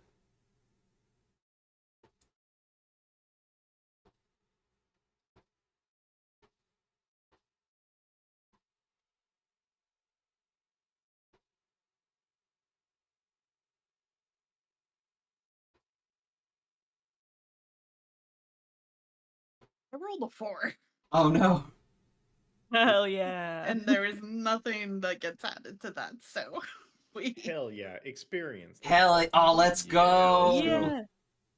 We love experience. We I do am love both. experience. All right. Yeah, no, you don't find any hose. Well, you know what? No, you find a hose, but unfortunately, it is also on fire.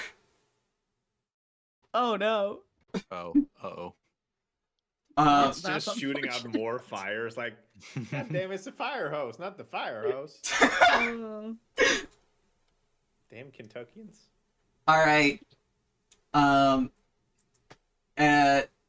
next up. Who else has an idea? Listen. I'm just gonna try and call the fire department. I ain't got no magic. I ain't got no training. I got Watch a those phone roaming and a fees, can-do though. attitude. All right. Those roaming fees will get you.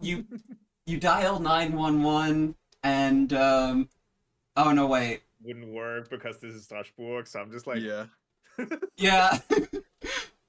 excuse me, do you know the number to the fire department? I'm like trying to like grab somebody down. It's like I think the Kentuckians use a different number. 911 sometimes works in foreign countries. It just like redirects to the actual emergency number. Oh, No, oh, that's true. fine. The Oh, can I official- just roll a straight up luck check to see if it does that? You know what? So- Hold on, I'm gonna look up if it does that in France. Okay, Ah, fair point. so I'm looking up French, the official tourism board of France website, and there are a number of 2 to 3 digit numbers for emergency services. So you could we could do the math and you could break it down and just see what are the odds that you could pick one that is actually an emergency number. Oh, it Oh my does. God. It does redirect in France. Oh, it Hell does. Oh my yeah! gosh. Yeah! Oh, let's. My Centrism devotion wins again! continues. All right. This is Of course only I just can. reaffirming This is the lie. America! This is just My reaffirming the lie for him that Yes. we're in Kentucky. Oh gosh. Yes. All right. Oh god. Somebody So deep in. picks up and it's just like bonjour. Hi, there's a fire in the center of city. There's been some earthquakes too that kind of fucked up the roads. So be careful when you come down with the wee woo trucks and the hoo ha's. We'll have somebody out we'll have somebody out there soon. Dispatching now. Okay. Do you know Yeah. if there's anybody injured or anything? I haven't seen anything, but I did kind of yell at people to get out of the way, so I can just keep doing that. But I'm assuming that y'all are like a professional country and everything goes around here. Like you know how to do things in Professional Kentucky. I've country. heard. Yeah. He's a country. All right, cool. Well, you're It's a long welcome. story. All right, bye. Wait. Dude.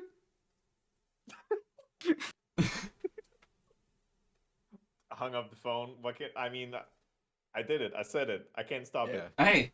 you got there. Oh god. Now I'm just like hands on the side. I was like, well, this is gonna fix itself. I'm just gonna look around to see if there's anybody who is in active danger that I can help. Alrighty. Other than that, I'm going to do the very civilian, mundane thing and not just start putting out fires because I don't fucking know how to do that.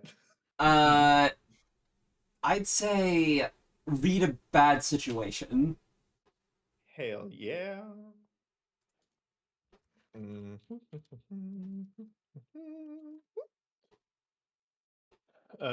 So it is a 10 plus sharp, which is so it is a 12 in total. So modified 12. Uh, Yeah, that is still a 12 in this game. So, you can ask me any question, including any one from the list, but you do have 3 questions in total. Yeah, okay. So I guess I mean I can just pull all 3 questions because they're probably gonna revolve around the same idea. Mm. So it would be what's most vulnerable to me? What's most vulnerable to me? What's the best way to protect the victims, if there are anybody? And then what's my best way out? Like I don't need more danger in my life. I'm good. I feel like I'm great and I don't need more danger, but if I can get a couple of people out of danger, that would be awesome. Okay, so you can see that, like, for instance, there's a pub with, like, some people trapped inside, but, like, you can see that if you from the outside can kind of like unblock the door by moving some of the scaffolding that had fallen in front. Uh, Mhm. or like you could go to the next building over, which is like an apartment building, and kind of like run up the stairs and kind of try to wake everybody up to get them all out since the building is on fire. Um, that one may make you tired, but that one is also like not actively collapsing. Mhm. Either way, you would not be in danger from like getting people out of those buildings. Yeah, okay. I think I'll then go for the pub because it's I can see there's actively people. They might be drunk. And I'm assuming that the apartment building probably has some sort of fire alarm that will go off soon, Yeah, which might help wake up people. But these people might be drunk and might need the help a little bit extra. So I'll go over and be like removing scaffolding, be like, all right, push on 3. 1, 2, yeah. yeah.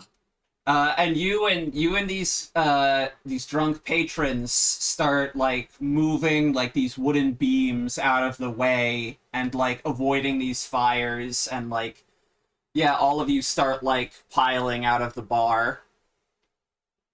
Mm-hmm. Uh, and let's see here. Sparky and Mick, have you guys done anything since we came back to you? Not yet. How much of the city is like the whole city on fire, or is it just kind of like a street that he ran down? It's like this block.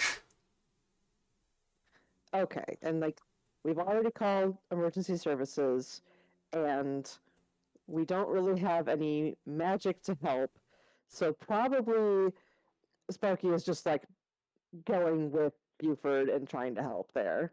Yeah. Yeah. Yeah, would this be around the time that I get there as well, or? Yes, actually. You guys do see a giant 6-winged rabbit kind of gliding over towards you. The hell is that coming over that way? Be not afraid, dear mortals. Your salvation is here. And then I think they accidentally knock off like a chimney, like a roof tile or something that they didn't anticipate. And they're like, whoa, shit, fuck. Mick is immediately rolling his eyes. He has seen the family members of his partner this pretentious. It's just like, Jesus. It's like, Okay. oh god, one of those. Okay, let's start that over. There's a whole thing on fire here. Would you like me to help? If you've got the hands. Oh, I've got the hands, and they flex their forearms. Yep, waiting for that one. Still rolling his eyes. Oh, this is great. I'm assuming it's probably going to take big magic to do a significant amount of fire putting out. Yes. Okay. So I guess I'll have a little look, assess the situation, and go. All right. On my own, I could get this done, but it might take some time. If anyone here also has a bit of magic, that might help to speed things up a little bit. Mick will kind of sheepishly raise his hand. I don't know exactly what I'm doing, but I'll help if I can help. Brilliant. Neither do I, honestly. We'll figure it out on the fly. Oh, thank God. It's usually how it goes. Yeah, should I... What do we roll for big magic? I need you both to roll weird. Okay. Okay. And I have a thing where when I roll plus weird, I can roll plus charm instead because of my supernatural guide thing. Oh, yeah? Oh, dude. I'm gonna try that. Oh, thank God. Okay. So that's a 10 from me. That is a 12. Let's go. Oh, hell yeah. Oh, we're slaying. Yeah. Yeah. All right, so what are you both kind of like trying to call forth? Is it water exactly, or what are you calling? Hmm. Yeah, I think. Could be like rain. Yeah. It's like Rain, fire like- retardant foam from the fire hydrant dimension, or the fire Yeah. extinguisher dimension. Yeah, no, yeah, I was like, We should have I mentioned. think Mick knows pretty well, just based on his experience as a mechanic, that water is not always the best way to extinguish a fire. So yeah, if we can get some, you know, fire suppressant stuff, but yeah, All I like right. that. Um All right, so you guys notice that kind of like as you are Okay, so as you kind of join hands and kind of channel your magic together, you kind of notice is this sort of this foamy this like foamy fire retardant material just kind of starts bursting out of where all of the fire is. And Brilliant. whilst the buildings are, you know, still damaged, all of the fire is just being put out one by one as just all of this foam just bursts everywhere. And with that, the fire is put out. Oh, well, Nice. And then Maybe emergency so. services shows up like, what'd you call us for? there's still going to be some damage and people trapped in places, right? Yeah, Yeah. we put the fire out. We Yeah, haven't I would got the people imagine out yet. so. I mean, I was going to go for a rain, but this looks a bit more effective. Good idea.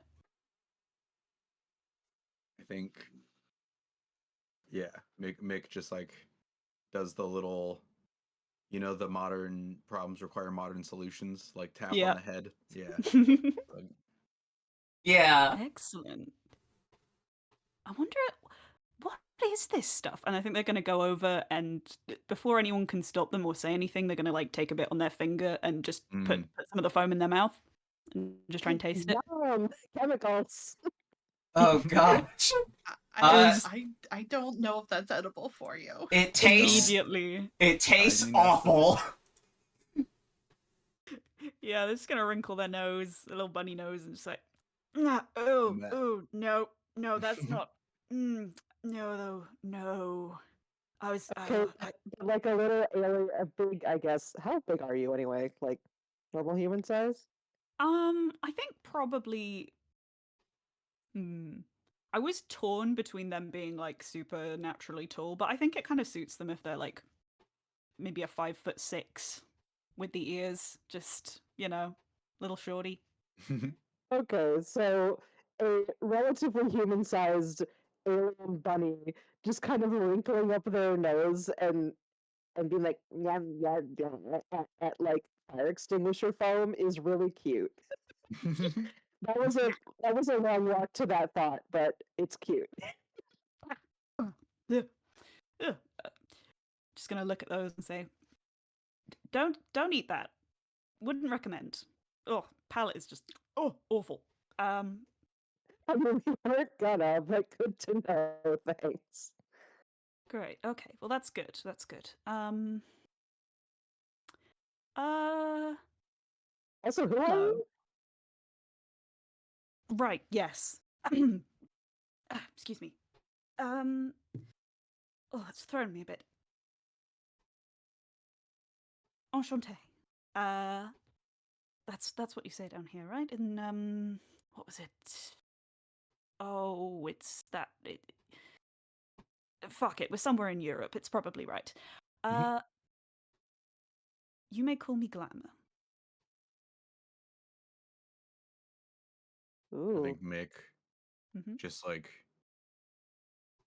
I don't know. Mick doesn't have a lot of thoughts running through his head usually. Mick is wearing like a black, just like muscle shirt, like muscle tank kind of thing, and sees Glamour's scars and lifts his shirt up and just points, and then points at his own scars on his own chest. Just gives like a thumbs up. Oh, amazing! Oh, that's great. You're trans, I'm trans. Crowns, yes, yes. Honestly, when Yo, I saw, solidarity, let's go. yeah. I mean, look, the top surgery thing. When we heard about that upstairs, it was honestly, it was all the rage. It was I had to. I just had to get them lopped off. It was 10 out of 10. Would recommend. Anyway, hi. What may I call all of you? Mick. Hell yeah, Glove. So Yeah, same, Glove, so same. Yeah. My I'd say name's Viola, and I'm kind of like squinting at them, being like, it's awful convenient that you just happen to come and help directly with a fire. Is it? Yes? But how did you know it was here? Oh, Did you catch the bit where we made fire suppressant stuff come from the sky? It's all kind of magic, is my point. yes. Yes. I feel like that's Yes. not the weirdest thing we've seen today, but I don't know. No, just I would think that the company, and probably doing like quotation marks in case like anyone's like listening, would know if there was another being of magic around here. I would think they would have disclosed that in the like mission paper. Hmm. Company. Oh, I'm here for a work thing anyway. So it's probably unrelated. I assume we're not working for the same boss. No, that would be that would be funny. But yes, I'm just here for a work thing. Just got sent down to help out. I have a few jobs to be doing while I'm here, but yes, I thought this one was probably the most pressing. But Is seeing one of as them lich related at all? they think about it for a long time, having already mostly forgotten what they were assigned to do. Ah, Yeah, that's real.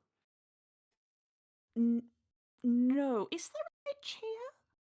Because ooh, that's not Yeah, great. I agree. I agree on that account.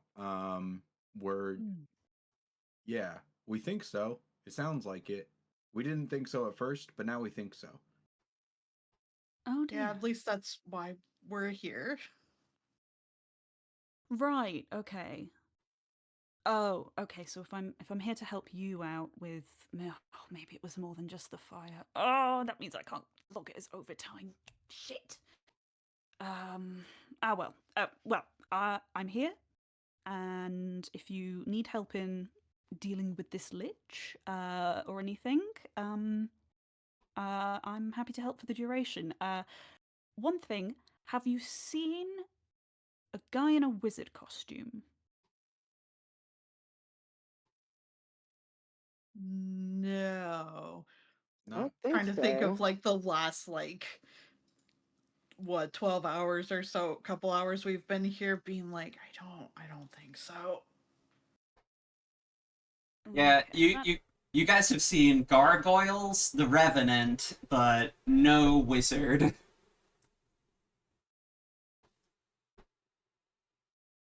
okay, that's fine. I'll just keep an eye out for him. Yes, I've got to drop something off there, but I'm probably the most pressing issue is this whole lich business, and I think they're just going to look around and see because obviously there's Buford and Sparky helping out, rescuing some people. Is there anyone else that needs some immediate help in the area? I was about to say I think Buford has been very focused on these people, and this is the first time that Buford turns around and sees Glamour. I was like, all right, so what do we? Is that the Easter Bunny? Hell yes! I love your stuff. I come over and was like, try to give you a handshake. It's like, I love chocolate. I was wondering how Buford was going to rationalize this creature before him. yeah. Just Oh, that I, makes I sense. spent like a full 10 minutes of trying to figure Hmm. out, and I feel Yeah. like I think Easter Bunny is probably my the one I'm gonna stick to.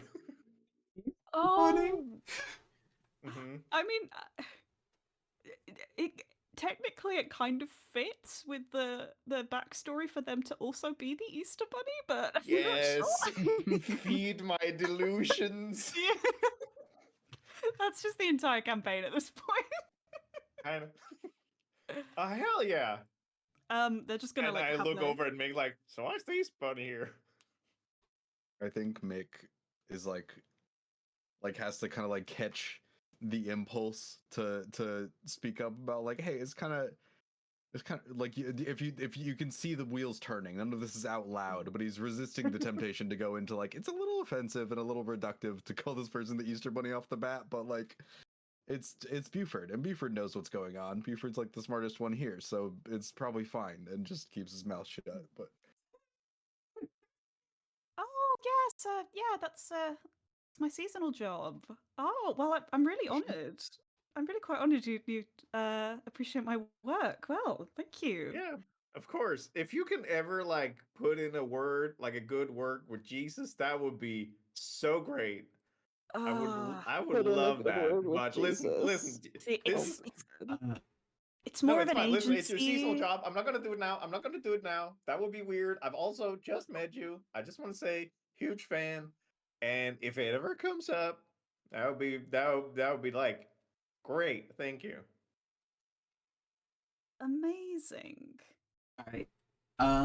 We will be taking a break Hold on. soon, but real quick, so to the more magically inclined, you do see the fire department is starting to come down, and you hear like more and more people start to come out. Um, and there is still a uh 5.5 foot tall rabbit with wings and 4 arms, just kind of standing with all of you. You might want to maybe go back to your room and rest up for the night. Yeah, I think seeing this and seeing more people sort of coming through, Glamour's probably going to go. Right. Yes. Well, it's no point in me pretending that I'm something I'm not around you all because that sort of defeats the purpose, but just for the sake of expediency, and they're going to grab the comet above their head and just kind of shake it a little bit, like fairy dust almost.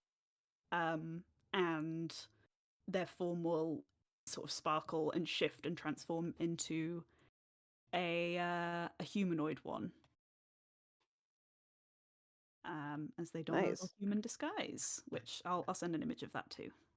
Oh, we have an image of that. Yay. This one's just a pic group, but yeah. Yay! We love pickers. Hey, we all love Yeah. Picrew.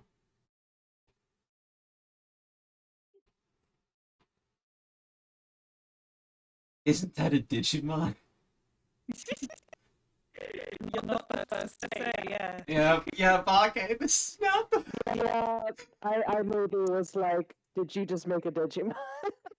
Honestly. Accidentally. But yeah.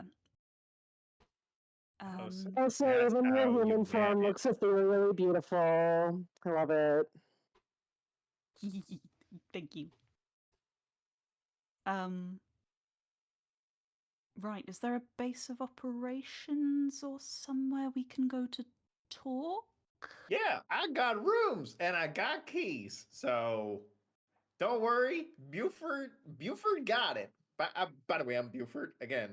Buford. If it ever Glamour. comes up, Of glamour. course. Oh, because okay, sorry. I just really assumed that Easter Bunny was like your formal name. Sorry. That was I should have asked. I should not have assumed. That is not great on me. I'm sorry. Not Glamour, well, pleased to meet you. charmed. Yeah, I'm just gonna make sure I've introduced myself to everyone. I think gonna look over at Sparky, say, what was your name, dear? I don't think we've met.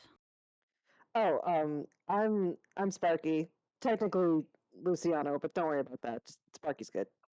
Sparky Wait, what now? Luciano. Oh, Huh? No, Beaver, don't worry about it. My legal, my legal government name is Sparky. Oh. Okay, yeah, that checks out. Yeah, cool. yeah. Fascinating. It's not anything supernatural. Buford just doesn't understand that people can have nicknames. Yeah. Whenever... whenever any, like, official person, like, calls Mick Michael, Buford gets so fucking confused. It's just there's no object permanence. It's like, what the fuck's a Michael? It's like Mig. It's like, yeah, no, that's Mig. I know. Who's Michael? Where is Michael? Buford's like started to piece together that Mick and Mickey are the same person, but like Michael's just too far out there. No. That's silly. And God forbid the nickname not be like a version of their real name. What?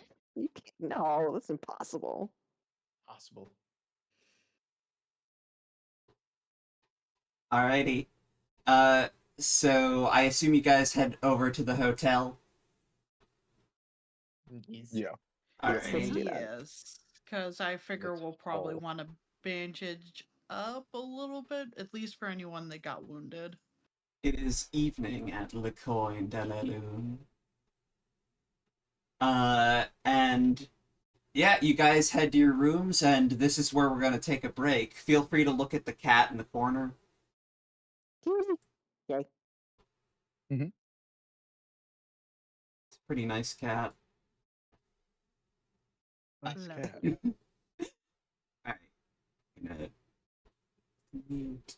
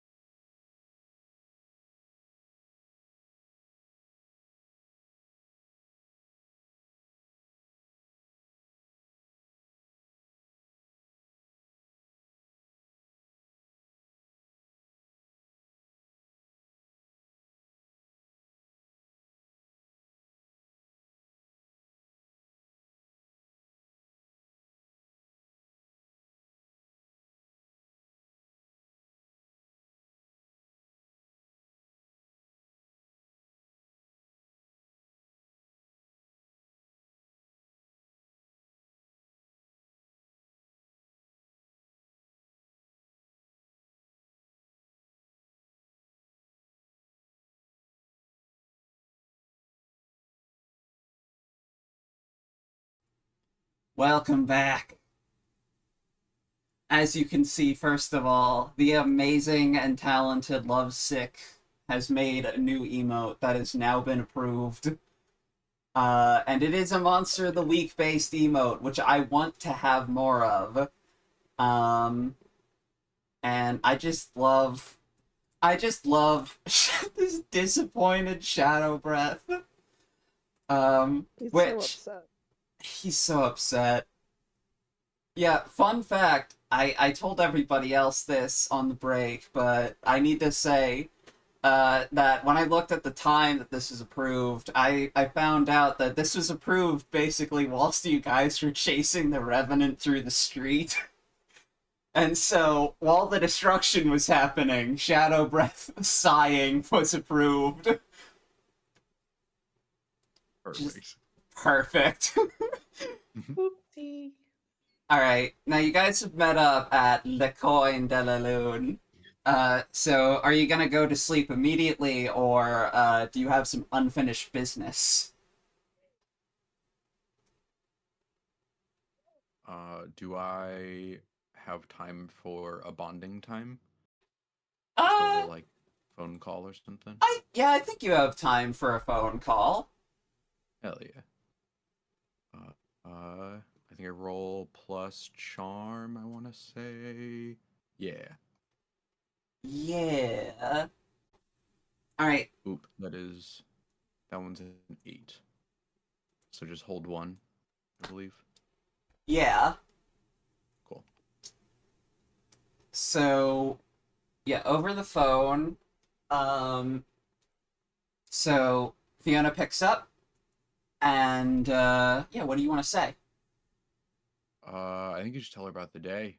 Like, I think I think I think I got it. I think I'm doing the right thing out here. There was a guy a Revenant, it looked like a knight, some sort of thing, that we tried to fight, but it didn't seem to want to fight us. So I tried to get everybody to like, hey, non-lethal, like, dude seems like he's just really going through it. And I think it went well. I think we're doing the right thing out here.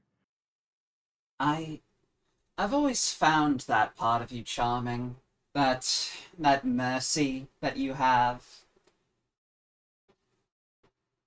Yeah, I just don't want to, I don't want to be out here making your situation happen all over again. I figure we can do a better job than that. It's... Well, thank you for thinking of me and for thinking of Always. everyone else. That's... Always. You're so thoughtful, Mick. I try, maybe the thoughts aren't super smart all the time, but But make them do. you're thinking of others, and that's the part that matters. And Yeah. that's I don't need you to be super smart. I love that you're super caring. Thank you, I think. Also, did you get stabbed or something? Oh yeah. Well, comes with the territory. I got some band-aids on it. I think I'll be all right. Good to know. I know when you get hurt. It's just kind of a thing that happens. It's not me saying, oh, you can't get hurt, you can't throw yourself into danger. It's just I know when it happens due to the nature of our bond, and I'm just a touch. I can't help but worry just a little. Yeah, I'll be all right. Listen, I'll do a better job when it happens of reaching out and letting you know that I'm good. If that would help at all, I can do that. That's no problem. I appreciate that. Hey, Yeah, I'll I be got in you. I'll be in the city pretty soon. Hell yeah! Which city? The one we're in, or Of course the one you're in, dummy. I don't know. I don't know if you want to fly to France. That seems like a lot of trouble, but I yeah. already Hell told yeah. you I was going to Also, listen. I'm not flying there also. I've been walking. You're walking to France. That's. Ugh. I don't You got more endurance than I do. I Buford don't had to know get a how to scooter to go a few blocks. I don't know how to get on a plane. That's actually a really good point. I don't know how I would get you on a plane either. That's okay. Maybe walk is the way to do it. I guess if you're not feeling exhausted. Yeah, I mean, I don't have a I don't have a passport, and I have magic powers, so like anyway, babe, I'll be in the city tomorrow, and well, tomorrow-ish. I don't know. I'm not entirely sure how much time I have, but I will be there soon. I can tell you that. Hell yeah, yeah. I'm excited to see you. I'm excited to see you too. It's been a while. It's been too long. Yeah, yeah. I agree. All right. I'll see you soon then. Yeah. Love you. Love you. All right, and then click. Now you do get to spend your hold on either using a para-romantic move you haven't picked, receiving a gift Mhm. from your guide, or taking +1 forward. You can't erase one mark from your relationship status because you don't have any of those marks yet. Yeah, I'm a good partner. You you have not done any bond abuse yet. Yeah. The bar is in hell, but I'm clearing it. Do I need to choose how that hold is spent now, or is that a thing I can like use when the time calls for it? I think. Hmm. I'll say you can. Well, it says hold, and generally with holds, you can hold them until you find them relevant. Okay, cool. I will figure out what that is when the time is appropriate. Just remember you have it. Yeah, I've got a note here. Awesome. Okay, dokie. I think.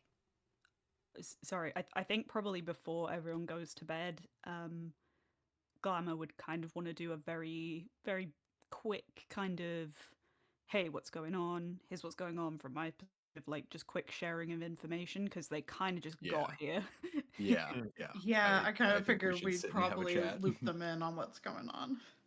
I mean, Buford is even at the point where, as soon as we arrive to De La Lune, Buford would essentially go, "So, we don't really have a room for you. I can go up and check if we can see something, and if it becomes a problem, you can have my room, and I can sleep on the couch or whatever." Just because, did you make reservations? No, but it's completely fine. I don't even sleep, so don't feel like you have to give up your bed or anything. As long as there's just a corner where I can kind of, just sit and sort of zone out for a bit, that'll be fine for me. See, the thing is, I don't normally sleep in a bed, so I would actually prefer a corner where I could just pass out in. I do need sleep though. Oh, Um, okay. Well, so if I don't know. If you that's want to all right. try a bed, I don't know. I don't. I don't. Hey, have you tried beds? Is this weird? Listen, I don't know what the mythology. I know you bring chocolate, and that's about it. Well, that and other things. All right. Yeah. I usually just sort of meditate, and Oh, dream a bit. So, I heard that on the radio before. That's cool. Yeah. yes, I mean, yes, it's very nice. Hmm. All right. I'll if that's all right, I'll just take the bed and Yeah. yeah. I'll see if I can get like some extra sheets so I can just lie on the ground a little bit comfortable. Can I call you EB or do you prefer Glamour? I don't know. It just it feels cool to call you like by a nickname, and I don't know if you want to like stay incognito. Like if kids figured out that you're around here, they are going to rip you apart. Oh, really? I don't know, man. I listen. 10-year-olds are crazy. Quite. Yes. I mean, either is fine. Glamour is my name, but Okay. if you want to call me a different name as well, that's all right, as long as I know what it is. God, I think I'm gonna stick to Glamour, but if like an EB slips in there, just bear with me. We'll see how it I, feels. We'll test it. I'm really excited to meet you. It's yeah. Sorry, it's just it. Yeah, Huge fan. huge fan. Wow, I Long appreciate time it. fan. First time meter. So Buford does understand what a nickname is. Yeah, I couldn't help but notice. Look, we can't help the contradictory lore of Buford. I understand when I give nicknames. I don't understand other people giving nicknames. Okay, there we Unless you go. see the Fair. nickname, unless you've seen the nickname be given, it doesn't Yes, clock. Yeah, I need at to some be point, there at the creation of it. Yeah, yeah. at some point, Buford asked about nicknames, and somebody told him, "Oh, it's like a shorthand name that you call someone." And Buford didn't understand the royal U, so he thinks it's a shorthand name that he specifically calls them, and it doesn't make sense for anybody else to be Right. doing it. He does. Sure, He I can does be. wonder who the fuck Nick is.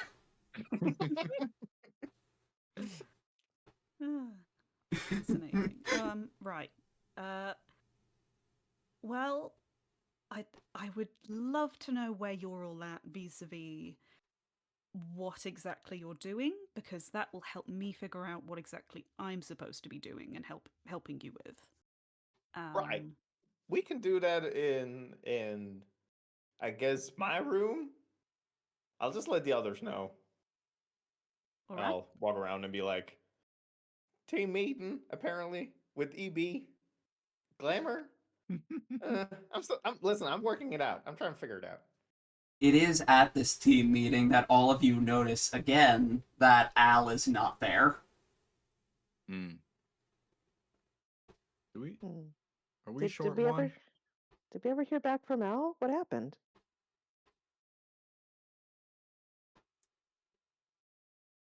I mean, I can try and call them, but I kind of hope that. I mean, they might be in trouble. Shit, they might be in trouble. All right, I'm gonna try and call Al. I do. I try. Al that Al does not respond.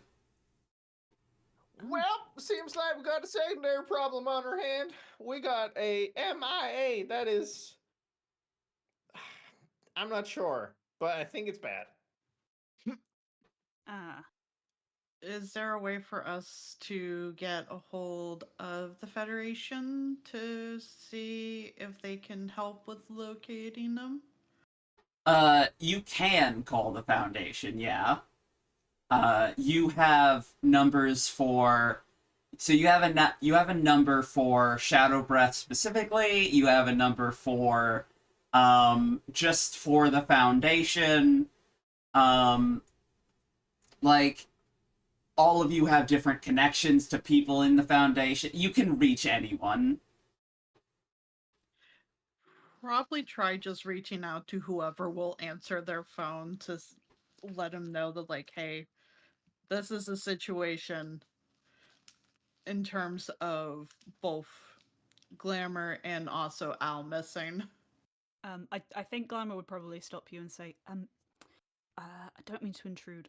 Would it be all right if I don't really know anything about your federation or whatever it is you appear to be working for? But I think would you mind holding off telling them about me for a minute? Would that be all right? I just want to know what I'm getting myself into a bit before I feel comfortable letting anyone else know. Yeah. Who? That is valid. So she would then just go over missing Al and just the unusualness of the creature itself and not bring up glamour. Alrighty. Let's see here. Who would pick up? Um, fuck. What was the? Okay, you get a receptionist. And of course, as you remember, the receptionists are all like chess pieces that don't speak. So it's basically you just kind of hear like some beeps that translate into your brain as, "Who are you trying to reach?"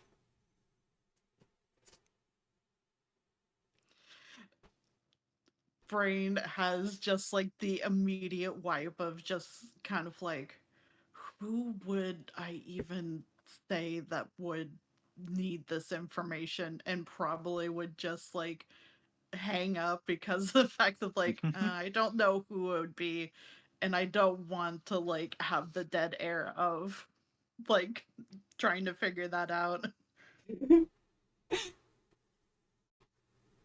I mean, while you're trying to remember, we can go to someone else, and then we can come back to you if you'd like. Yeah, she's probably just gonna like think of just like who would it be that like I would need to get a hold of that receptionist would know. Yeah. Um. Let's see here. Okay. So I think none of you have specifically used any actions, and I think we can all do sort of like one last sort of go round turn wise before we go to like a cut, and go to the next morning. I think the only one who's actually like done a specific action would be Mick, who has done bonding time. I think I think so, and I don't think there would be anything more I could do, especially for the fact that yeah. I think actually, you know what? I could throw you a bone and just say that it connects to Shadow Breath, who is your administrator. that is fair. Yeah. Then I would probably try to have the receptionist get a hold of them, or Uh at least like take a message. yeah, I mean, it's not evening over there. It's not nighttime over there. Like it's the middle of the day in Oregon probably if it's like midnight in France. I assume. I don't know the exacts. Um I would assume as well. Yeah, yeah. it's probably like mid afternoon. Yeah, but Shadow Breath is definitely awake in his office and is responding. So he's like, "Viola, uh how goes your mission?"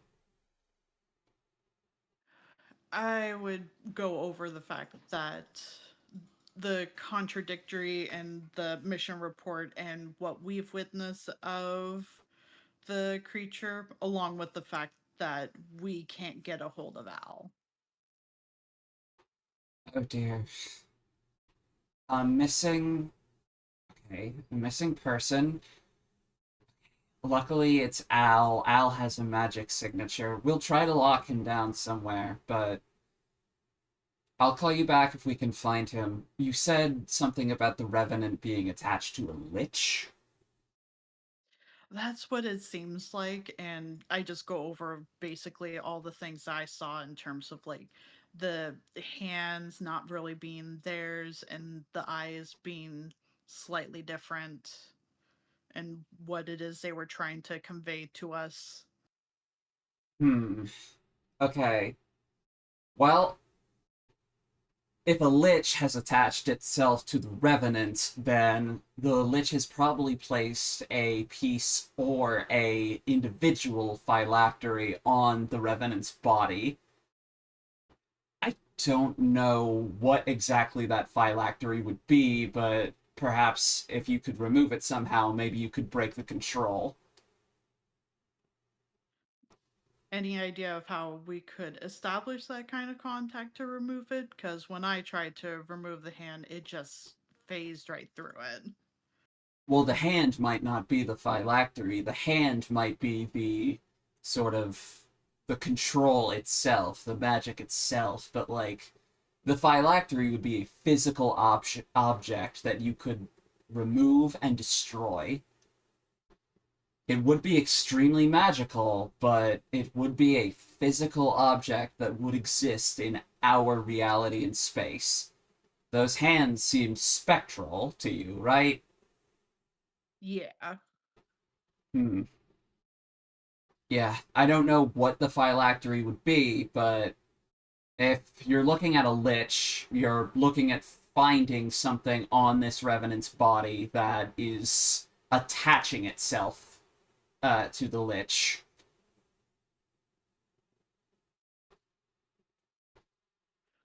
And it wouldn't be something where it would be separated from the body, just thinking of how liches kind of sometimes set up their station essentially of just being able to exist but having their item in a very hard to reach place. That would be a separate phylactery. They wouldn't be able to use that to control the revenants, but it would keep them alive. That is fair. She's probably just like vigorously like taking notes as like to make sure she doesn't forget anything.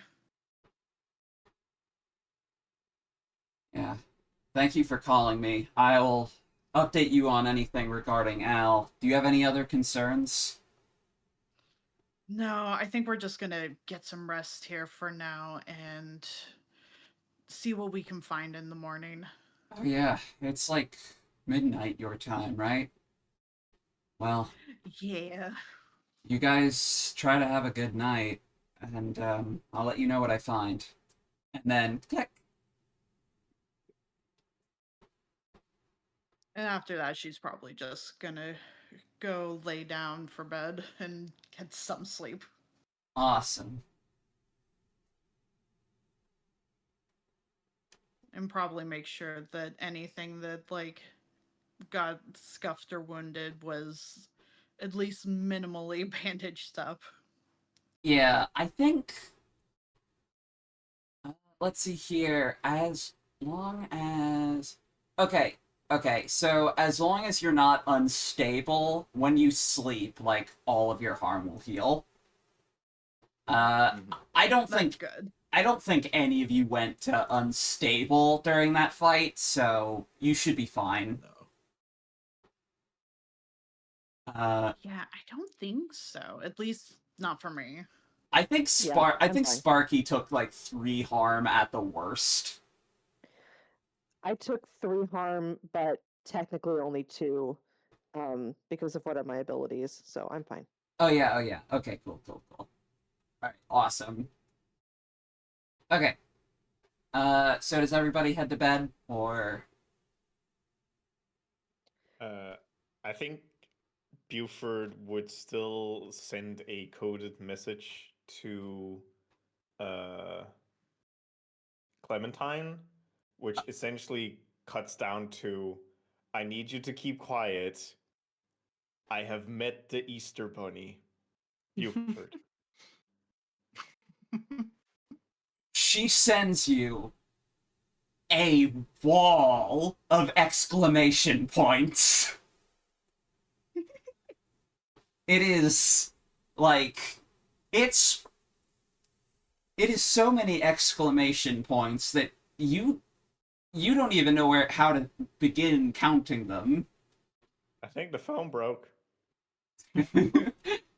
And then afterwards, uh, you see one more where it's just an emoji of a bunny. I send back. It takes me like 20 minutes on my flip phone, but I managed to basically send a open and a like an open and a closed parentheses to symbolize an egg, but this is the closest I can get. Yeah. Yeah, perfect. All the Um, while, yeah. Glamour's just like sat cross-legged on the bed, kind of in a meditation like lotus pose, but it just has their eyes fully open, glazed, staring into the distance, like really unsettlingly still. I was about to say, Buford is like looking at phone and then looking up at Glamour. It's like, do you think they know? Very panicky. Buford will also try to make an attempt to actually use the phone to search up lich and phylacteries, and I'm gonna assume it's just gonna be a lot of like D&D 5th edition BS about what they are. Yeah, I mean, the first thing that came up when I looked it up was Phylactery, Forgotten Realms wiki. Grand. Yeah, that makes sense. Now, Yeah. y'all ever heard of something called a Horcrux? I'm just assuming that's what would also pop up. Yeah, there's everything. I'm scrolling down. I went to the second page of Google. And the first non-Dungeons and Dragons related thing I found was an eBay listing for it's a Magic the Gathering card. Oh shit, okay, so still the same company. Yeah. I was just Yeah. like, hold on, are they selling a phylactery on eBay? I mean, they would on Etsy. That's Yeah. that's like an urban horror story waiting to happen. That's fantastic. Oh man.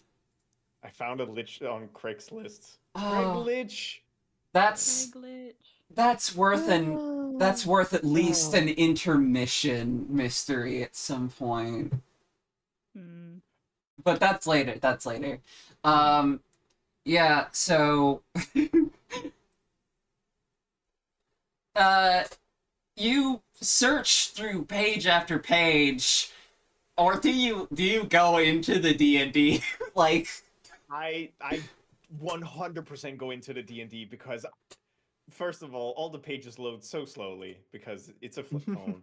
yeah. So it like takes me like 20 minutes to load the page, and then I like have to like quote unquote scroll through it, but it's just like these like clacky buttons, and I keep looking up at Glamour just to make sure I don't wake them up. Like click, click. Um, yeah. So But I managed to get through one page before I'm like, okay, I'll try again another day. This research thing, I don't know how much I feel about it, and I slammed the phone back. So what you find out from reading D&D wikis is that some form of cleric or mage has to create a phylactery in order to become a lich. Mm-hmm. And when you become a lich, it basically continues your existence post-death. Into the point where you can maintain an undead state, and no matter how many times you are destroyed, you will always come back. The only way you can be destroyed is if all of your phylacteries are destroyed first. I was around when Glamour asked if we had seen somebody in wizard robes, right? Yeah. I have like 2 brain cells just firing. Like, oh my god. Buford, you son of a bitch. You did it. Also, you also know that liches have 17 AC. I don't know what AC means, but knowledge is everything. I believe it means I go to bed armor very person. happy. Yeah. Wait, sorry. No, so are you. I I'm like just the saying I'm an idiot. I like the Gosh. idea of you just like having this realization, then Glamour just kind of like almost appearing behind you and just being like, I believe it stands for armor class. Ah, well, God. Sorry. Ha- I'm a light sleeper. Sorry. oh, sorry. I'm a loud snorer, so maybe we shouldn't have been sharing a room. Hey, Fine. I'll be what do you know about liches? Do I know anything about liches? Roll to investigate a mystery. Yo. Oh boy. Sharp. That's my worst one. Hell yeah. Okay. I rolled a 7 minus 1, so that's a 6. Ass! Mark experience! Nothing. You Yay! you don't know anything about liches.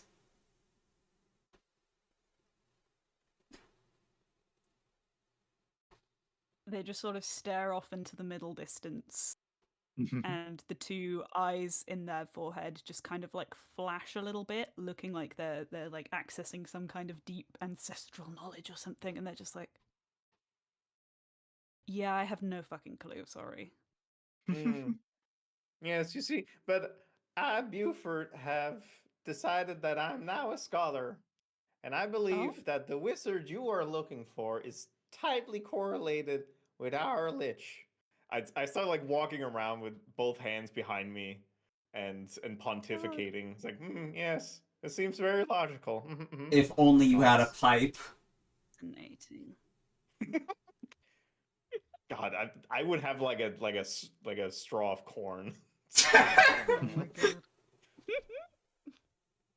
Oh man. Fascinating. Alrighty. Yeah. Alright. So I assume you all go to bed from this point and wake up next morning ready to investigate the mystery and save the day. Yeah.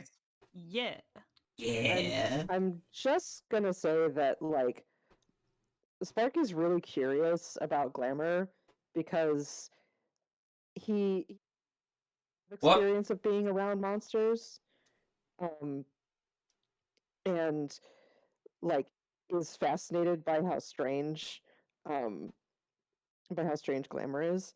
So he probably turned into a bat and hung out outside of Buford's window, just kind of like observing the situation and trying not to be creepy, um, looking at Glamour and trying to figure out their deal.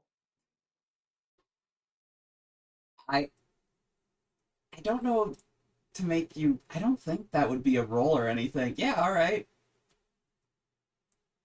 Yeah, you, Because I mean, I'm not like doing anything specific, just sort of like yeah, you're just hanging out. just hanging out. Hanging upside down. Uh, Yeah, unless Glamour has any like big powers of perception that can spot a bat in the dark outside, um, then yeah, just a normal human bat. Just don't worry yeah. about it. You probably want to go Normal back and human. probably want to go back inside before the sun rises, but you know. Yeah, I'll be I fine. think- Don't worry about it. Be fine. I think if you're basically just watching them hang out and then sleep, And when he does leave, he's just like kind of this whole last conversation was just sort of being like, hmm?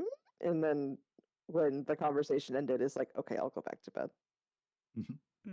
I think you maybe see their ear twitch a little bit in your direction, but they don't seem to acknowledge you other than that. I think it's like less him being creepy and more to just him not wanting to interrupt or like not knowing a place to like show himself. So he's just like, oh, okay, bye. He doesn't know how to. He's new to being an anomaly. He doesn't know. Yeah, he's relatively like social normally, but in terms of being in a like community and being a monster, it's relatively new to him. So he's just a little nervous around people who seem to be like very magical. Think of it as like being newly out and not knowing how to act gay in public Amazing. and just like Yeah. seeing somebody in like full just like drag or whatever and being like, man, wish I could be them and just like studying them a little bit. I mean, that's really fitting because their human like glamour version is very like it's giving very androgynous drag, like think like Bimini Bumbu Lash, if you know them. Yeah, for sure. Yeah, yeah. So that's really fitting actually. Anyway, sorry, carry on. Yeah. Alrighty. We're in France. Right. France. Alright, it's daytime at Le Coin de la Lune. And you guys are kind of going out into the lobby, kind of meeting up for the now that you have rooms, the continental breakfast. That's right. Now, food at the bistro, you get one complimentary meal for each period of time during the day. Holy shit. Ooh. Mm. Yeah, this is a Buford is nice definitely- ass place. Buford is like definitely abusing that. Just filling up grossly. Oh yeah. Oh yeah. Do they have that weird machine that prints pancakes? What? What? What? That, yeah, hold on. A machine that prints pancakes? Do you guys not know this? No. No. I have been believe to a I've place heard of where it. there was just like a waffle press out and you could use, but not the pancake printer. I mean, they definitely have a waffle press, but I'm down for them to have the pancake printer. Yeah, it's like Pancake Bot, I think. I just remember this being at like Holiday Inns or whatever in the last 10 years or so. And it's like not very good, but it just sort of like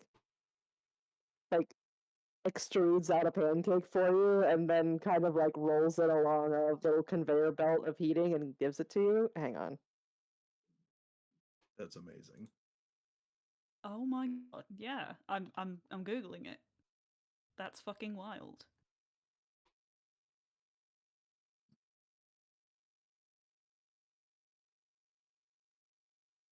Yeah, I think Glamour is basically loading up on every sweet thing that it has on offer, like every like pastry, confectionery, like definitely a whole stack of these pancakes and like all the different kinds of syrups and just anything sugary and sweet they're going for. Oh yeah, like you've stopped by the like little dessert table and like you're getting a slice of each flavor of cake and like a brownie, a cookie, like your plate looks like it was made by a 7-year-old, which Oh yeah. slay bestie first of all. Mm-hmm. I definitely think there is like while Buford is sitting with his pile of like sausages and eggs and whatever, just looks over Glamour's plate and there is like this thought. He doesn't vocalize it, but there's just this thought that does EB need all the sugar to produce the chocolate eggs? And Buford is just pausing for half a second, looking at the plate, looking back up, and then just like shakes the head a little bit and keeps eating sausages and eggs. I think Glamour looks over at them, at Buford, and just whispers delicately, "I don't lay the eggs. I just feel like you didn't ask, but I just feel like I need to clarify. I don't lay the eggs." I start throwing up a smoke screen by continuously thinking about the one time I was at a hoedown and I dropped my pants in front of everybody and it was super embarrassing and everybody who was there was also very uncomfortable and I just keep repeating that memory to throw up a smoke screen. All right. Wait, sorry. Did Did we say that the Glamour read Buford's mind about it? Yeah, Glamour have also we? says, Amazing. I can't read minds. I'm just an empath. You're just an Just empath. got a vibe. Just an I empath. Okay, just got a vibe. definitely believing you. You look like you're freaking out. I'm not reading your mind. I don't know what's going on in there. I'm fascinated by your mind, truly, but I have no idea. I just got a hunch. Of course, I understand. And inside his brain is just a monkey with the like two tambourines and just like Cotton Eye Joe playing on repeat. Just really, really focusing. All right. What breakfast does Mick, Viola, and Sparky get? And are you all going to sit at the same table? I promise this is important. Figure we Yeah. should probably stay at the same table so that way while we're eating I can relay onto them the phone call, and I think it will just be like pancakes, eggs, some meat, either like sausage or bacon. Hmm. Gosh, Yeah, I think Mick puts together a pretty traditional, yeah, pancakes and eggs and whatever. And I agree, probably yeah, at the same table so we can chat. Yeah, Sparky obviously does not actually get any food, but has his water bottle and is just kind of like absent-mindedly sipping it while, again, paying attention to Glamour and trying to figure out what their deal is.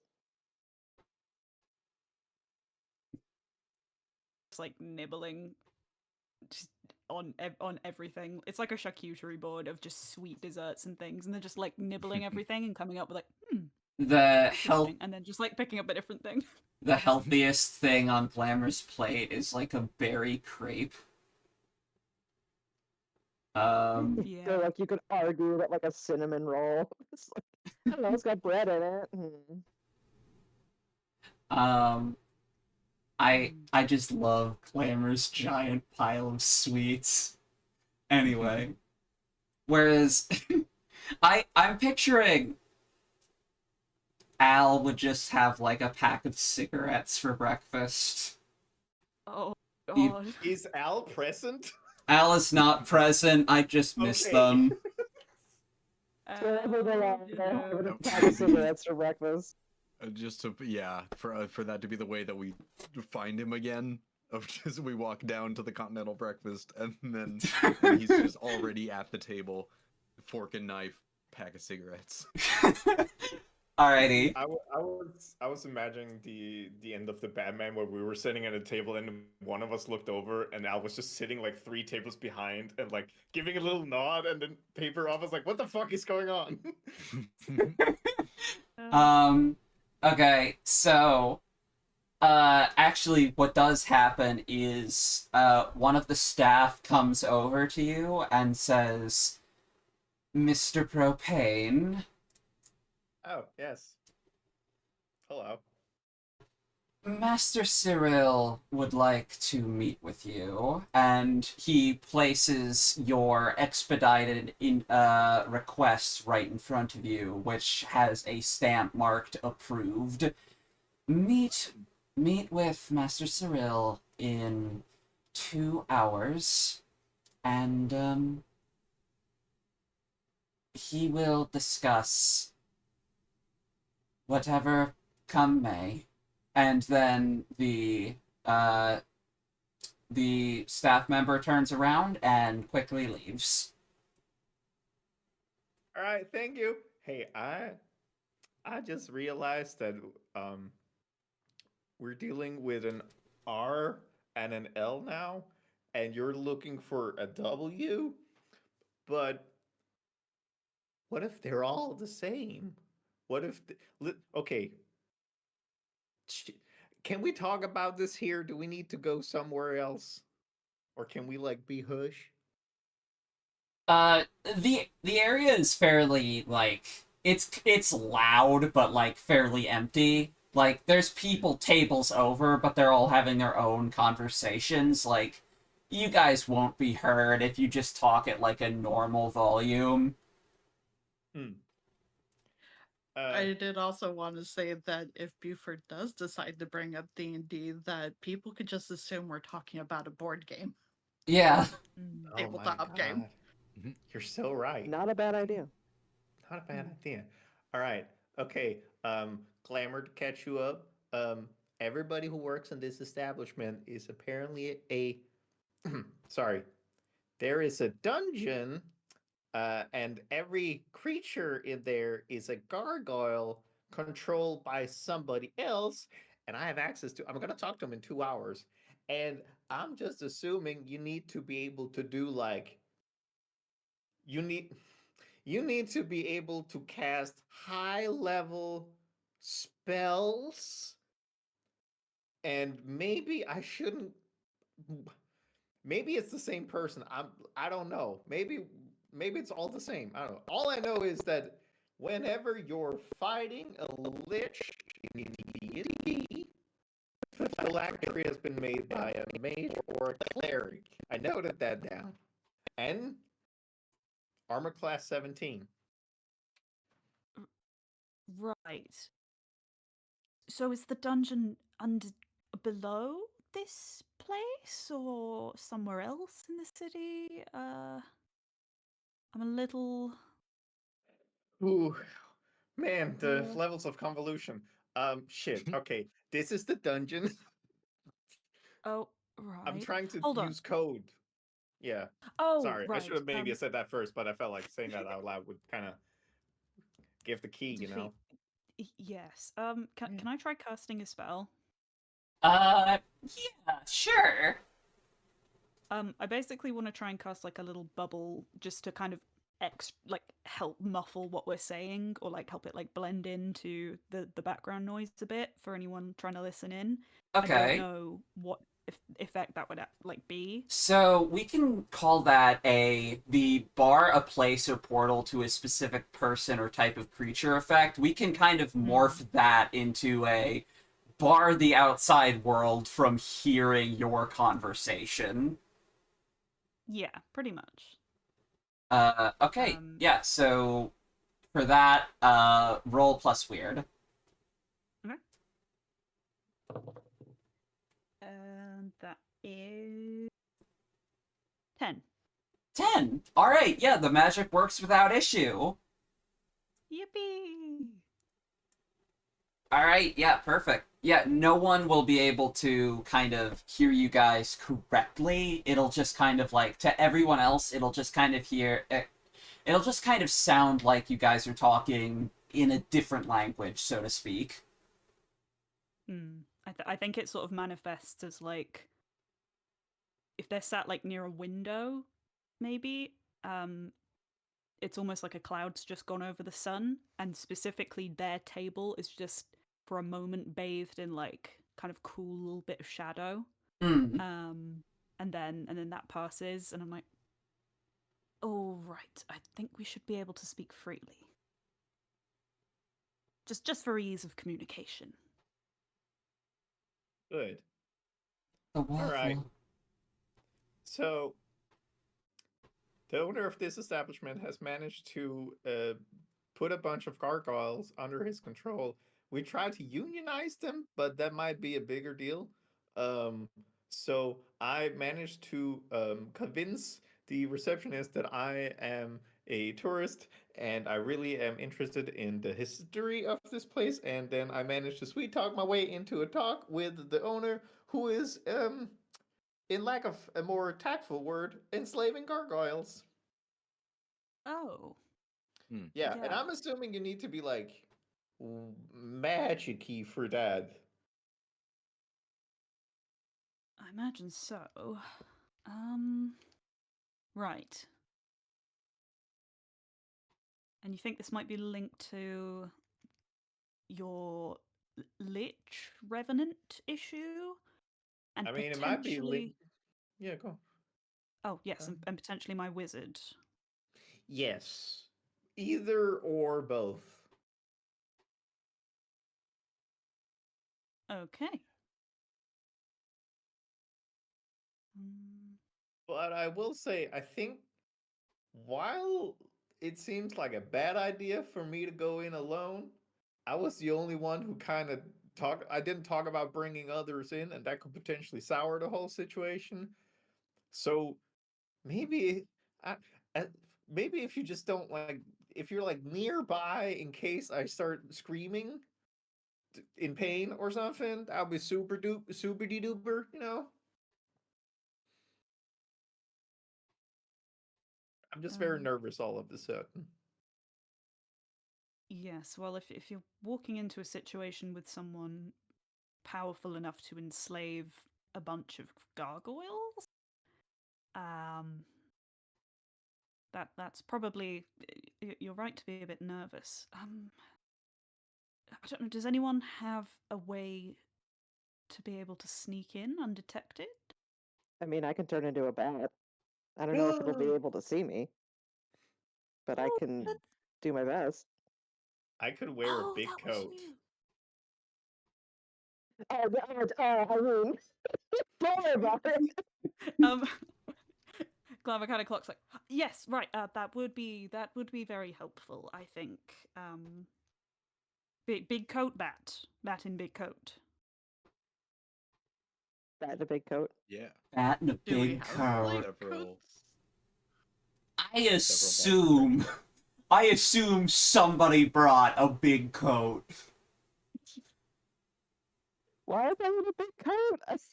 If you guys didn't bring a big coat, then like I don't think it would be that hard to go get a big coat. Why do I need a big? Did I miss something? Why do I need a big coat? I was planning on wearing a big coat and then hiding you under my big coat, but I'm like Oh, I only I have got like it. tank tops and stuff. Hmm. Oh, you got one. Okay. For some reason, I thought that like you just wanted Sparky to turn into a bat and then wear a big coat and be flying and just like look invisible or something. I was also a little confused for a moment, but I'm I- getting it. Okay, I think I get it now. I Also, mean, bye, for Rocky. bye bye. Yeah, I think Bye-bye. for a hot second I was considering maybe just bringing in my suitcase, and then it could be really fun that if things went wrong, I could just like open the suitcase and go like, "Here you go, here's a." But I was gonna just like turn back into a person and kick him in the face. I mean, it would be pretty kick-ass, but I don't feel comfortable shoving you in a suitcase. And if I start fumbling with the lock, that's just gonna be awkward for all of us. This is gonna be awkward. Um. Hmm. If at least you two can get in there, I might have a way to get the rest of us, just referring to Mick and Viola. hmm I might have a way to get the rest of us in that. If you've So got a plan, I'm all ears. Yeah. Let's do I it. might be able to fly us in there if need be, but that'll only work if we have a way to keep in contact with you, so you can let us know if it all starts going tits up. I'll give the secret signal of screaming very loudly. All right, that works. That should do it. Yep. Probably just look at you for being like, I don't think that's a code. Right. What about? Damn it! See, the only thing I can think about is yelling Easter Bunny, but that feels like counter. That's not gonna help. What about Waffle Machine? I think. I do Yeah, I like think I'll go for waffles. Waffle Machine as like the code word. And if you hear me yell Waffle Machine, all hell break loose. Or like the waffle machine is broken or something. I'll try. Yeah, Brain kind of. just Yeah, yeah, yeah. immediately went to McDonald's ice cream machine always being broken. Damn it! That's Always broken. Mm.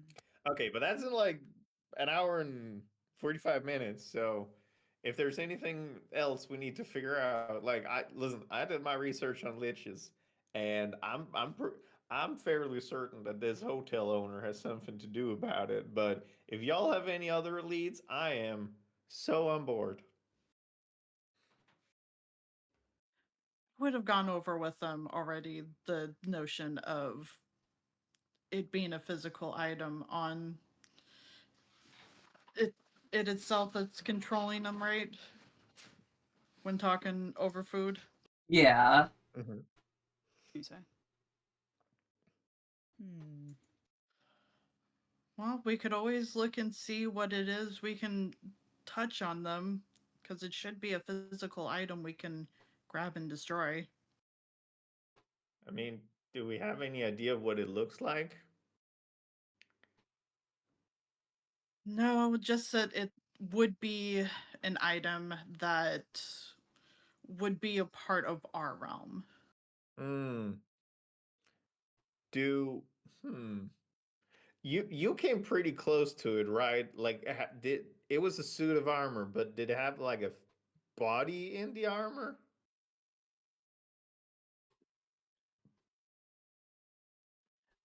Uh, I'm trying to remember if I got that or not. you guys do remember that like there are like specific pieces where you could just see his skin underneath the armor. Like there were just pieces of armor missing where you could see the skin. Hmm. All right, because like for a hot second, I was really hoping it was an empty suit of armor, and we could just be like, like hacha, like grab it from the set, like the chest and stuff. But if you got a rib cage, that's gonna be a problem. Hmm. I mean, is the armor Oh, we're being raided. tangible? Hello. Hello, Oh, raiders! hello, Fen. Hello, Hey, Fen and raiders. Raiders. Fan. EBBB. E B B Beep B beep B beep B B B beep. B B B B B B B. Beep, beep, beep, beep, beep, beep, beep, beep, beep. Beep beep beep. Right. So Yeah. yeah, like okay, so there might not be a grabbable phylactery from the guy, but it's we gotta keep an eye out for that apparently. Wait, what Hmm. about the lanes? Is that the thing? Can that be a thing? Uh, wait, that's an enemy. I mean, Glamour wouldn't think to say this, but it was actually attached to their arm, right? Like it was a part of their arm. Well, they did drop it. Oh. A few times, but yeah, like you did notice that like their lance did look different than some of the other pieces of their armor. But yeah, you do remember their lance. Uh, but yeah, you know that the phylactery is physically on the Revenant, and that it needs to be removed. It needs to be separated.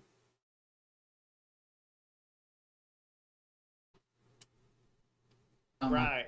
Oh my gosh, putt putt emote. Put, put.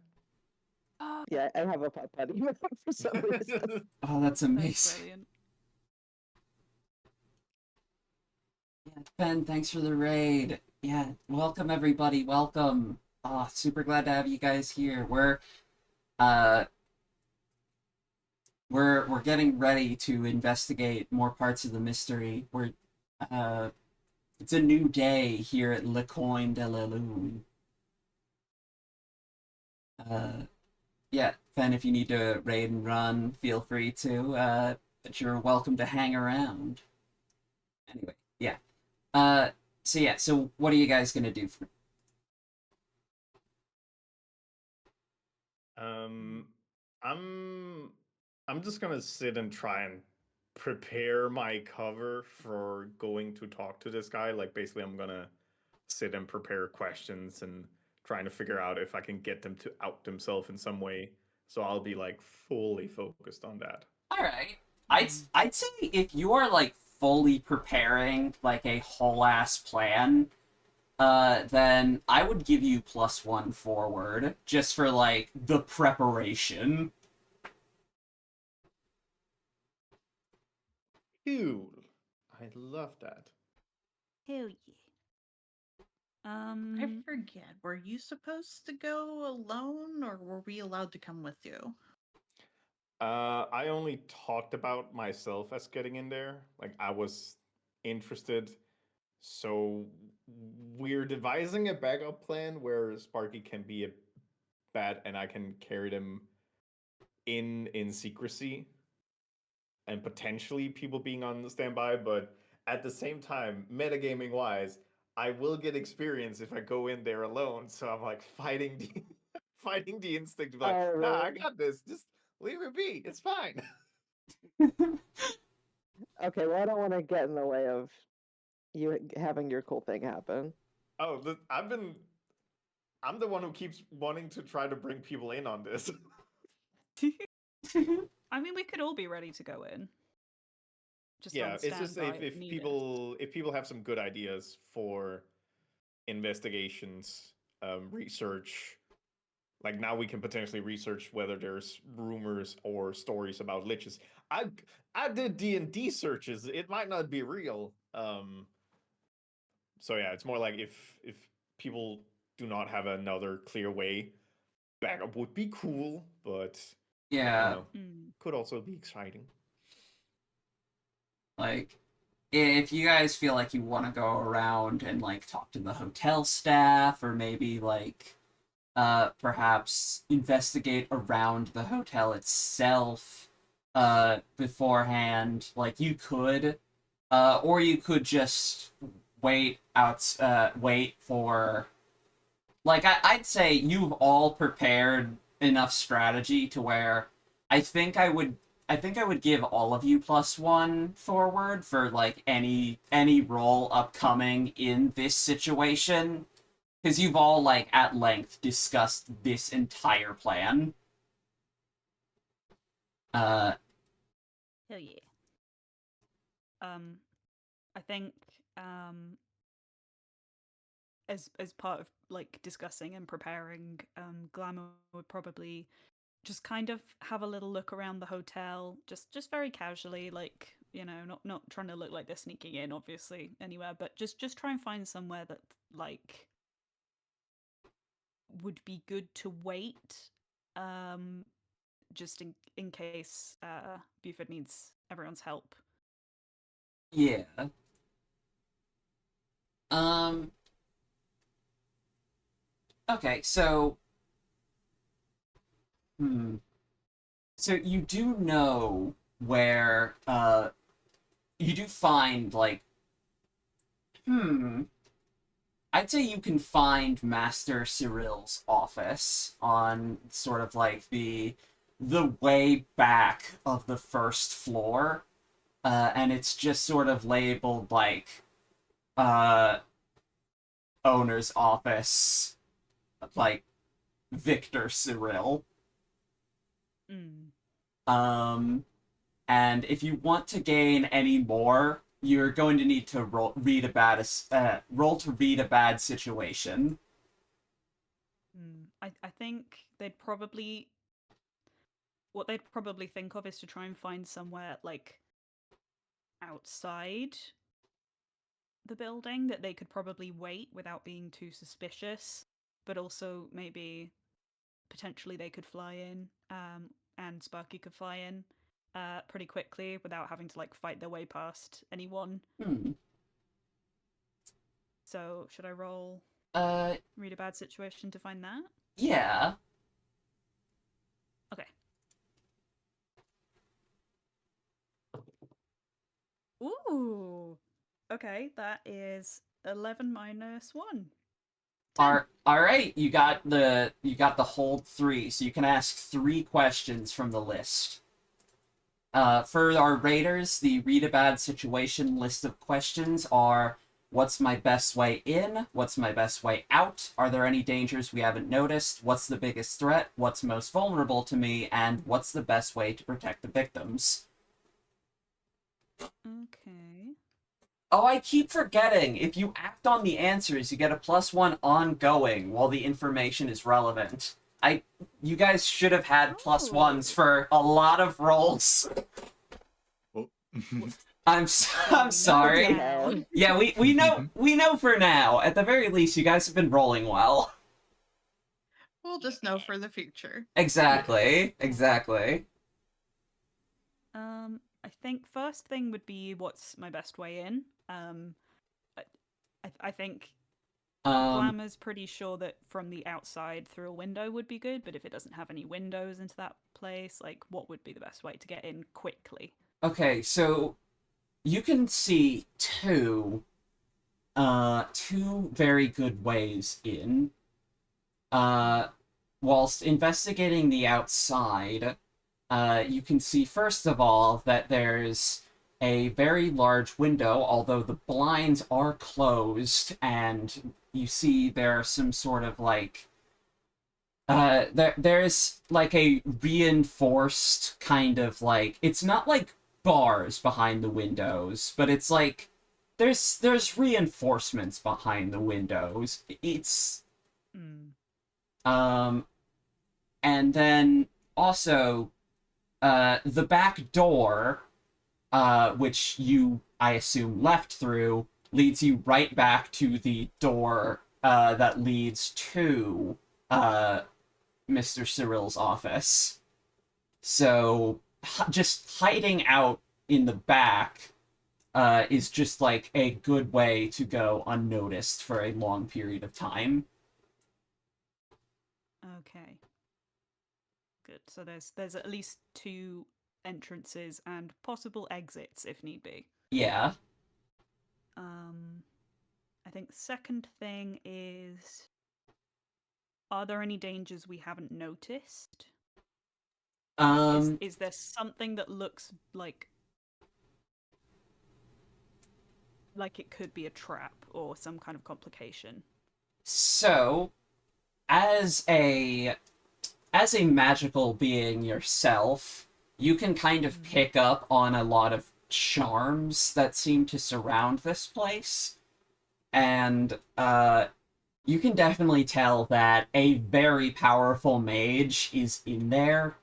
As there is runes weaved all around this office. What kind of runes they are and what they do is not specific, but they certainly are there, but you just can't tell what they're going to do to you. You just know that they are there and that they are most likely dangerous. Okay, runes and charms.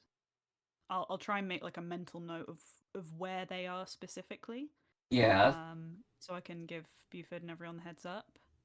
There definitely do seem to be a lot around the door. Okay. Good to know. And then the last thing I would ask is maybe what's the best way to protect the victims? Specifically Buford and, or, just us if we get in there. The best way to protect the victims would be... The best way to protect the victims would be to make sure that they cannot be cursed or cannot be inflicted with lasting magical effects.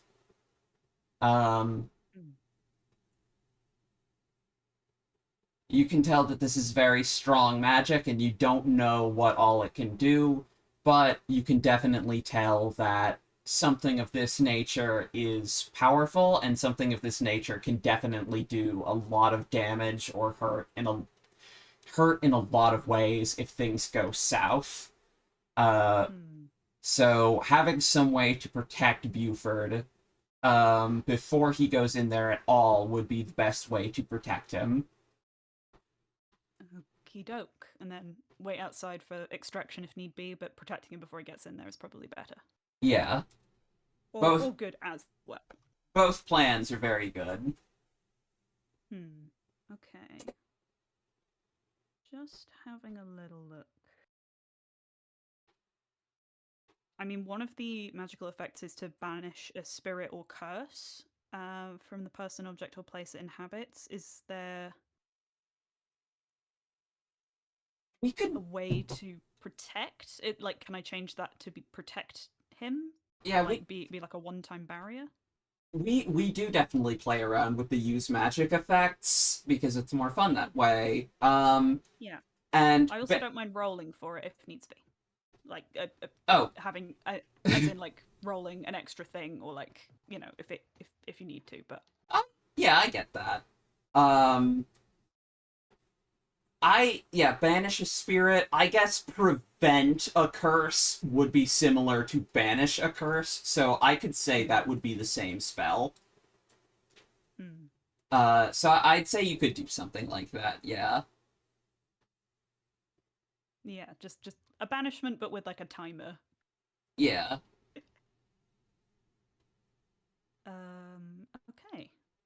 I'll probably wait to cast that on him until, like, we're about to go in. So if there's anything anyone else wants to do or sort out before.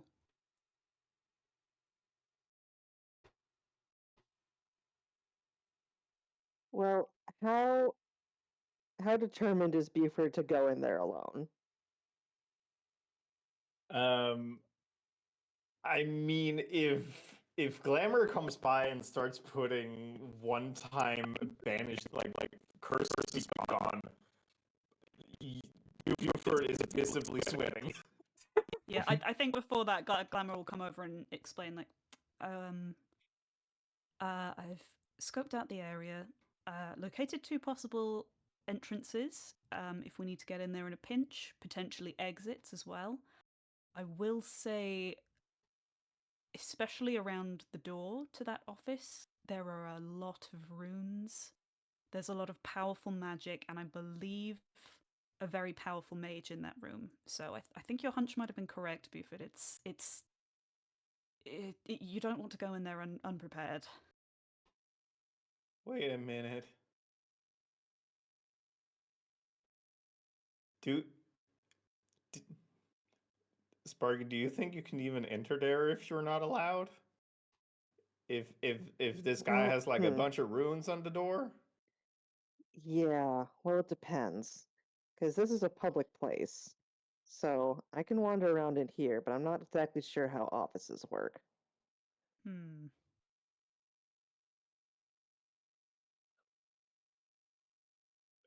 What I'm saying is that what I'm worried about now is that the cover's gonna get blown immediately the second I step in that door.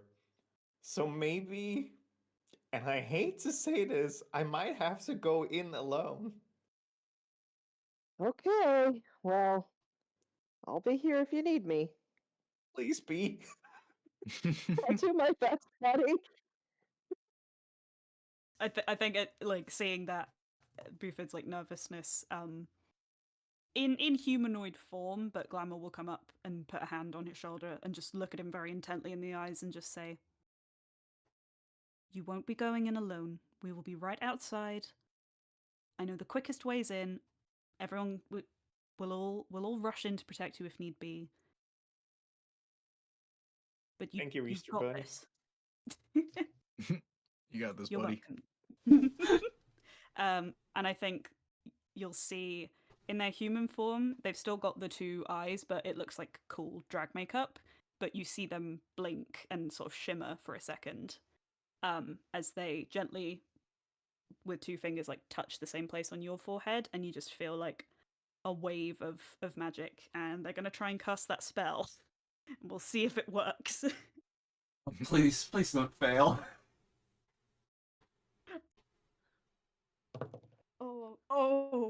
Oh goodness. You can use luck if it's really bad. Oh, Man. that reminds me, I still have to put in Sparky's thing for luck. Oh goodness. yeah, you can't use luck without consequences. Teehee. Teehee. Yeah, the only one who doesn't get Uh, consequences is Buford. Wait a Oh, minute. great. Uh, Do I have the +1 forward from something else, or is that just for when we actually get in there? Oh, that can count for this. And since you're using the information, you get the +1 ongoing as well. And that ongoing keeps going for every roll as long as that information is relevant. Okay. So is that 2 +1s or just one? It's 2 +1s if you use your Oh, +1 forward here. I'll use my +1 forward here because we need this to work. Okay, awesome. We need this to work. Like, so it's 5 on the die, +1 6. So that brings it to an 8. Alrighty. It works imperfectly. Choose your effect and a glitch. The keeper will decide what effect the glitch has. Okay, so you've chosen your effect, and I get to pick the glitch. Great. Let's see here. The effect is weakened. The effect is of short duration. You take 1 harm, ignore armor. The magic draws immediate unwelcome attention, or it has a problematic side effect. Oh no. This should be fine. You all suck. They do all suck, don't they? Yeah. I mean, it makes sense. I think they were kind of like twisting what the spell would be normally. So it makes sense that it works a bit imperfectly, but oh god. I'm sorry. It does have a problematic side effect in that, Buford, Yums. you start shimmering blue, and it is very noticeable. Oh. How, like, externally from my body, or does my skin tone like change hue? Like externally, like you're giving off a glow. Well, this is a little well, you're all seeing it, right? yeah, you're blue now. That was the attack. Yeah, this is Was that the intent? Like, does that still work? No. It'll work. It'll protect you, but it will be very obvious. Shit, I should have thought. you all right. I'll look around for a big got- coat.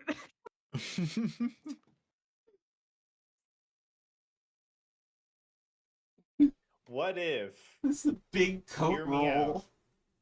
What if I just keep having my phone up, and then I can pretend as though it is the glare from the phone that is lighting me up. I can have notes on my phone, you know. I'm technically savvy. I pull out like the crunchiest old flip phone. See, I'm hip. Really are. Oh god. Is there any way If to I like disguise flip if I flip open the phone and the light comes up, does it fool anybody? You feel like you could fool the least tech savvy person. So Buford. It's working. Second to Buford. Oh no. If he thinks it's working, is he just gonna go in? Be like, it's working, I'll just go now. Yeah, this is fine. I got this. Do you got this, Buford? You headed in? I will look very enthusiastically, and then I'll look at the dejected 4 faces and I'll be like, it's not working, is it? I mean, Not- it's working for your complexion. You look fantastic, but Yeah. it's yeah, you look great. Is it convincing? I'm not always Would not great be my at first. subtlety. Would not be my I think first. I have choice of like words. I think I have like 15 minutes before it starts, so I need somebody to give me a good lie here or something, or we might have to remove this, which is also going to be bad. Mm. Probably just look at Buford and just give like the double thumbs up and try to like fake a smile. Is there anything we can do to like disguise it? Oh god. I Well, think you we could just say gotta that- roll with it. You could say that the Blue Man Group is on tour, and you're part of them.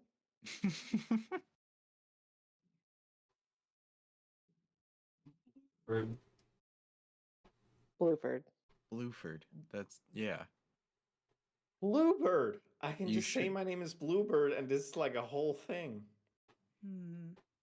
And Yeah. I'll, yeah. Oh, the dungeon D&D. Your what is it? Oh god, my friend told Cosplay? me about cosplay. Yes. That's this is You're something. going. Yes, yes, and they're getting really hyped. You're going to a LARP. Is that what it is?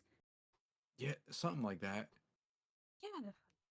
Buford's eyes are like glazing over. Just No, you pretend gotta it's a believe it. Halloween.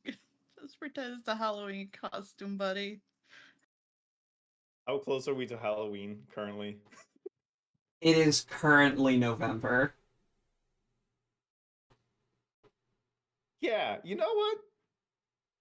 You know what? I just gotta get in there with confidence. I'm blue, and you have to deal with it. Yep. Yeah. Yeah. Yeah, you It's tell about them. confidence. Yeah. Yep. Nothing's weird going on here. I'm just Blueford. I mean, I could quickly do a bit of makeup. Make it a Do whole you have thing. something that can kind of tone down the hue of the blue? Probably or not, but we could lean accentuate into it. it. Accentuate it. And I think if it's Mm. okay with the DM, I'd just like to materialize an eyeshadow palette. Yeah. Yeah. I Yeah. feel like, wait, isn't that something that like that is something that divine characters can just do? It is. I don't think I have that ability though, so if I- it doesn't work, that's okay. Here's but the if I thing. can do it for this one instance. You don't have that ability, so you can't do it for useful things. But for a makeup palette, I will let you bring it out for this Fuck yes. for this one bit. Yeah. Amazing. Powers for the bit and the bit only. Yeah. Exactly for the bit.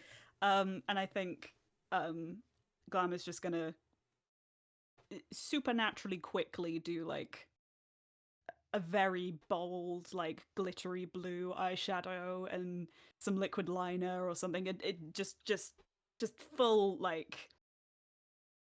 Basically, he's got a meeting at 10 o'clock and then he's got a drag brunch at 12 kind of vibes. Oh hell yeah. Perfect. All right, that might. You look stunning. So just go in with that confidence, and if they ask, if they ask you're going to brunch, always works. Always works for me. Someone asks me to do something. Oh, I'm sorry. I've got to go to brunch. Like it'll work. It'll work. Oh, you have to go to brunch? Oh, sorry, I don't want to keep you up. You should go to brunch. No. It's important. You tell them you're going to brunch. Oh, that's good. You Yes. got me. I like Holy that. shit. I like that. See, That's it's smart. confidence. Yeah. Holy shit. No, I was like, you absolutely been okay, cool. Yeah, no. I got Yeah. this. You're got going this. to brunch. I'm You're going to brunch. I'm going to You're You're going brunch. going to brunch. Going to I'm brunch. going to brunch. You're going to Let's fucking do brunch. this. You're going to brunch. Banging my hands on the table. We're going to brunch. We're going to brunch. We're going to brunch. All right. Buford, do you walk into his office? I head towards the office with the note in hand, and I give it a polite knock, and then I straighten up, and under the breath, I'm just saying, I'm going to brunch. The door opens and you see another staff member kind of gesture you inside. And you see okay. After stepping into his office, the first thing you can see is a glowing blue orb sitting on the middle of his desk. The gaudy-looking Victorian chair behind it is turned back to obscure the person sitting down. you see a hand creep out from behind it. Buford Propane, I'm Victor Cyril.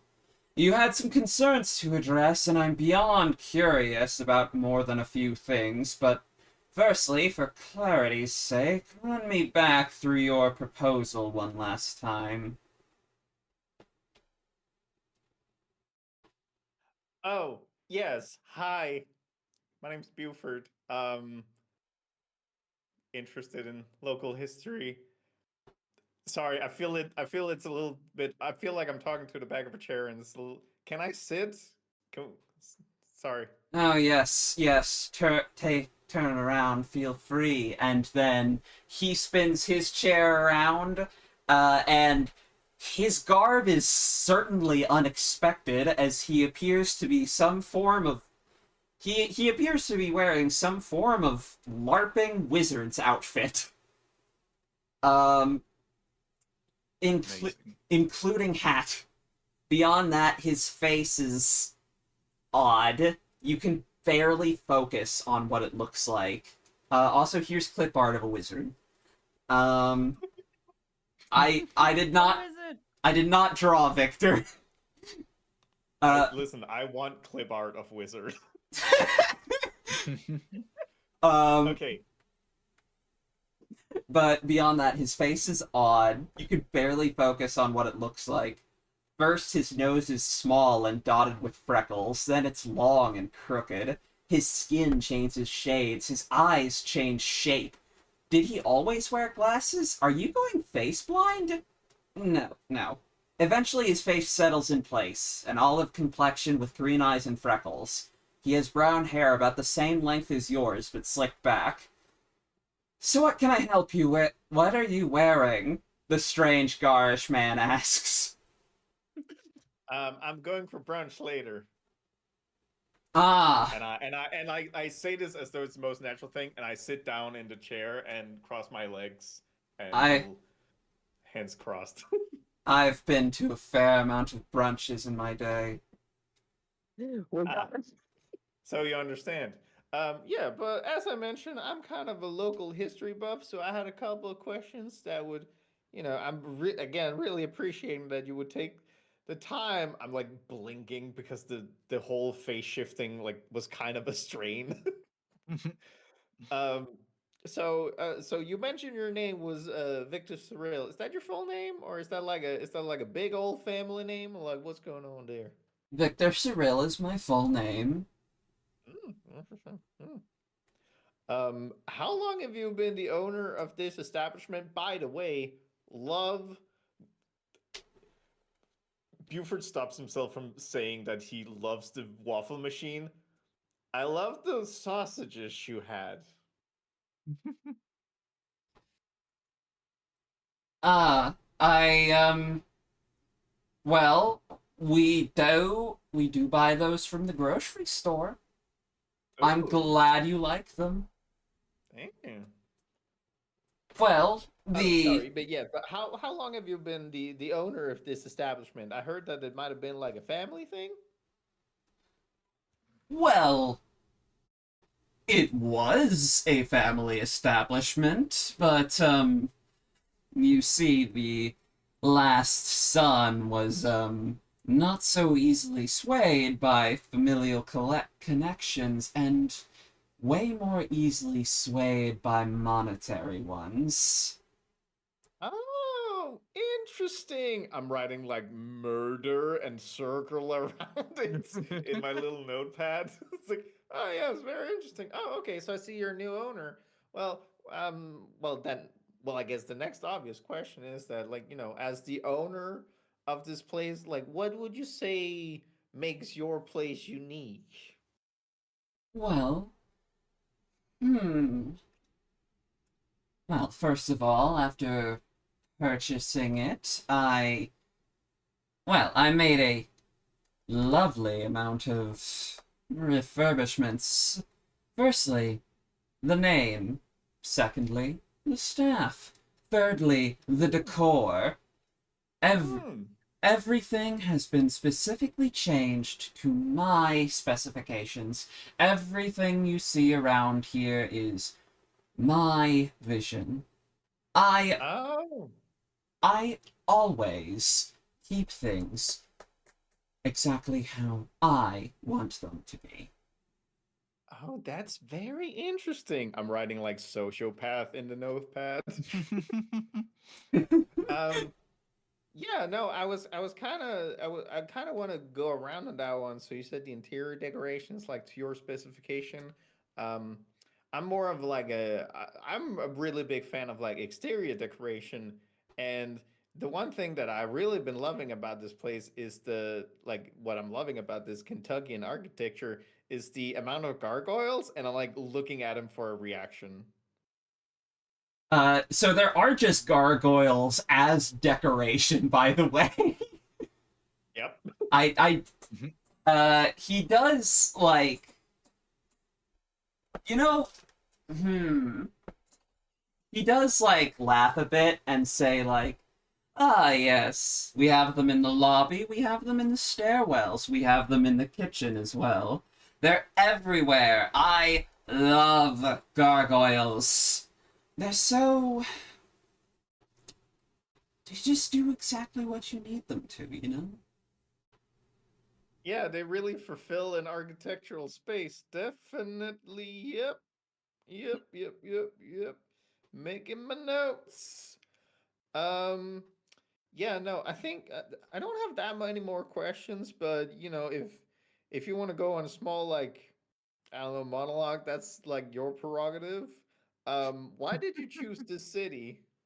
Just out of curiosity.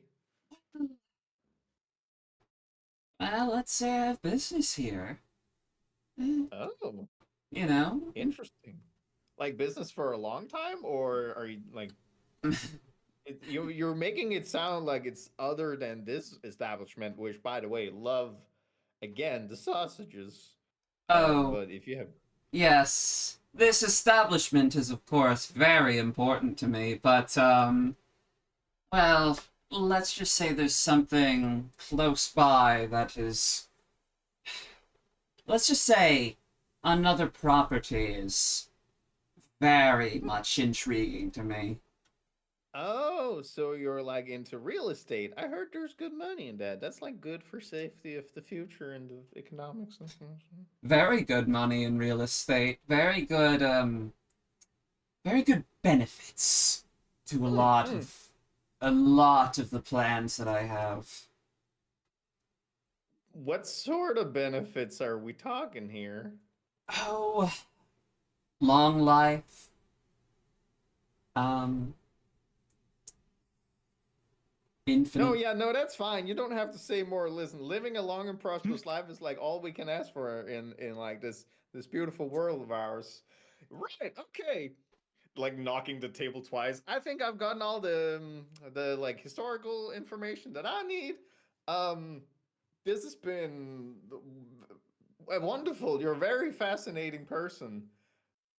Real quick, Yep. Buf- Buford, I need you to roll a straight luck check.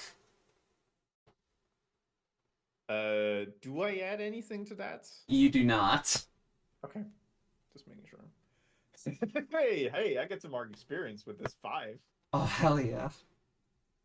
Oh. You're No, not this is telling great. me. You're not telling me something, are you, Mr. Propane? Oh. I'm not telling you we're something doing. either. I'm conducting an interview, so it would be like if you want to interview me, I guess I'm open for that. Well, if I can be honest, I've only been speaking in half-truths myself. Firstly, and he kind of reaches over towards you. What's really going on underneath that eyeshadow? I have to go to brunch after this. Roll to manipulate someone. Hell yeah, Southern Charm, let's fucking go. That's a 12 total. Fuck yeah. 10 plus 2. He reaches his hand back. Right. Brunch. I keep forgetting. Yeah. We're getting mimosas. Oh, I've heard those are lovely. I have no idea what they are, to be honest. Oh, well, it's a bit of orange juice and I believe, champagne.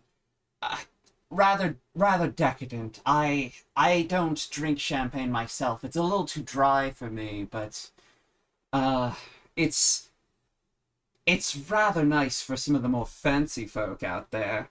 Um, Honestly, I would rather try like real pain rather than champagne, but that's just me. oh, a fan of real pain, are we? That sounded weird when you said it. I'm glad. Okay, you know what? I'm gonna start kicking the old dusty trail. I got the brunch He to go snaps his to. he snaps his finger and the door closes. One more question, and then you Yeah, may cool. Yeah, leave. I guess this is what we're doing. Just out of pure curiosity, Mm-hmm. what was this meeting really about? You asked about local history, but you haven't mentioned Strasbourg at all. You asked about the hotel, but you didn't press into the actual family. You asked about myself, but frankly, you didn't know my name before you walked in here. To be fair, it is always proper interview conduction that you ask the name first to confirm that you're talking to the right person. Second of all, I never said I was good at it.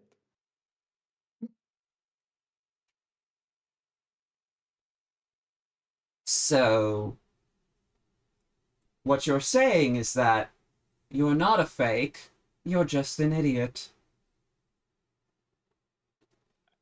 I would say charming, but sure.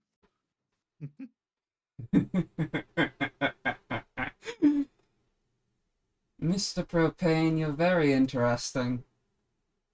Thank you. Everybody keeps saying that. Well,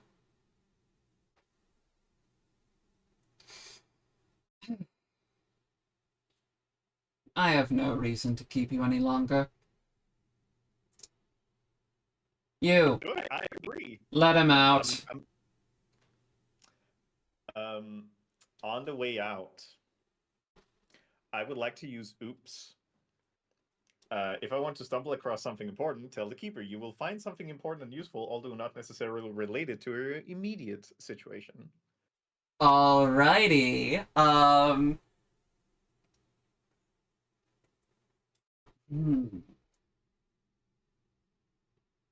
Not immediately useful to your immediate situation. Yeah, Alright. not necessarily. You, Not necessarily. you And are... yeah, I'm trying to either like swipe something on the way out or just spy over and get some sort of information. Yeah, you kind of, like, look over your shoulder back over at him as he kind of, like, the staff member who, by the way, you can see, like, as he's, like, pushing you out of the room, you do see, like, the full, like, stone arms underneath his sleeves. Like, he's not hiding it. But you also look over at Victor, who is, reading out a paper, and you can see it's a map, of, sort of the forests below the city, and you can see just, like, multiple caves outside of the city are marked with uh, 3 of them are marked with red circles, and 12 of them are marked with red X's.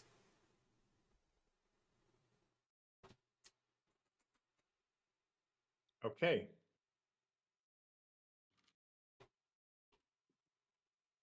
Okay.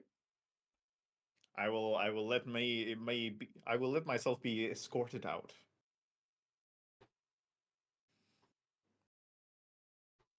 Alright, you leave, and then you are outside, and then the staff member slams the door.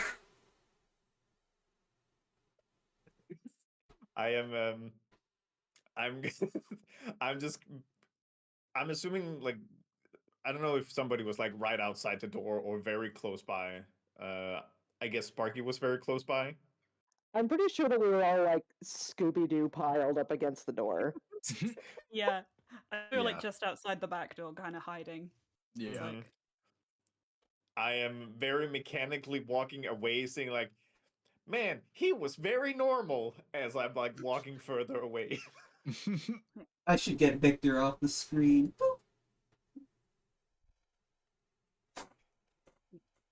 Glam is just like slightly panicking in the corner, like, oh fuck, I think I've sent him in there to his death. Oh god, he's going to notice right away. Oh, what I- the fuck? I kick like the back door open, like turn around and just start heaving, like, "Oh god, oh god." Oh my god, you're alive. Yeah, I didn't think you'd make Buddy. it out of there, bud. Okay, so I learned a lot. Yeah. Um, um, so okay, let me just break this down real quick. Should we walk and talk? Should we get away from? Yeah, let's do that. Let's Yeah, let's let's head maybe south put towards some the distance. forests. Yeah. I'll explain on the way. Wonderful. So essentially, he was giving real nasty vibes.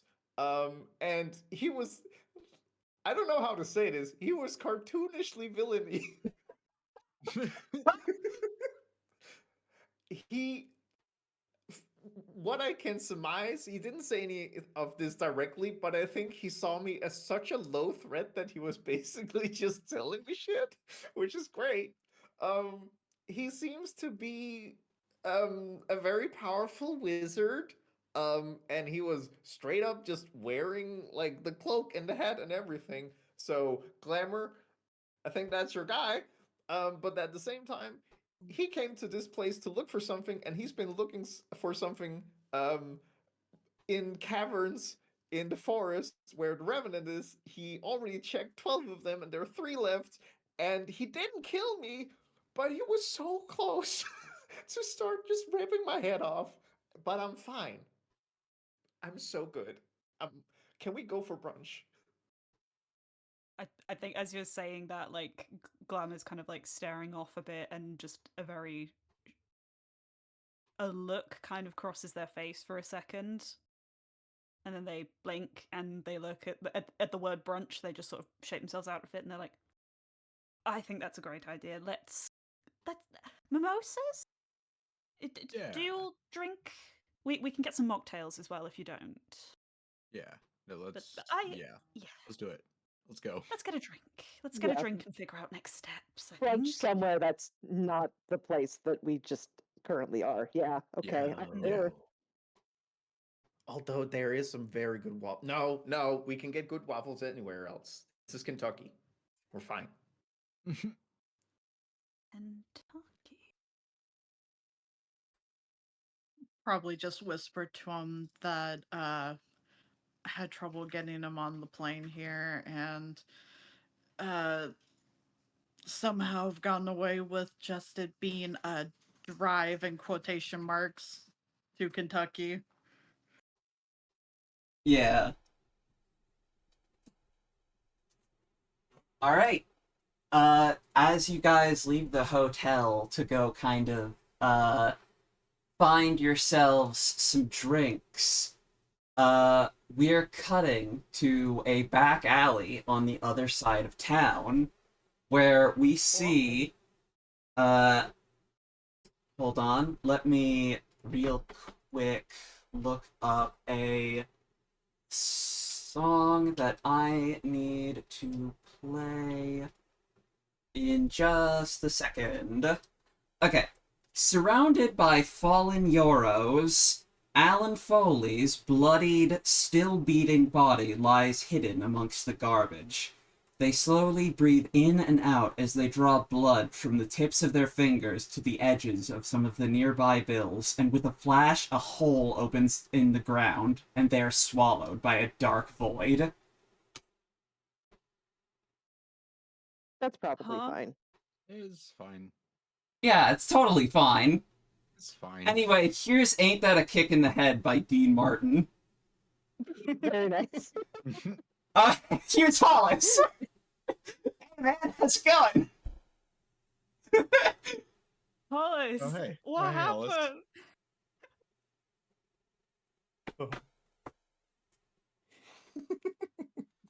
What happened? And it was Paper's Wonderwall. Al fell into the void. Oh, they went in hole. It went in the hole. Yeah, it's self-care.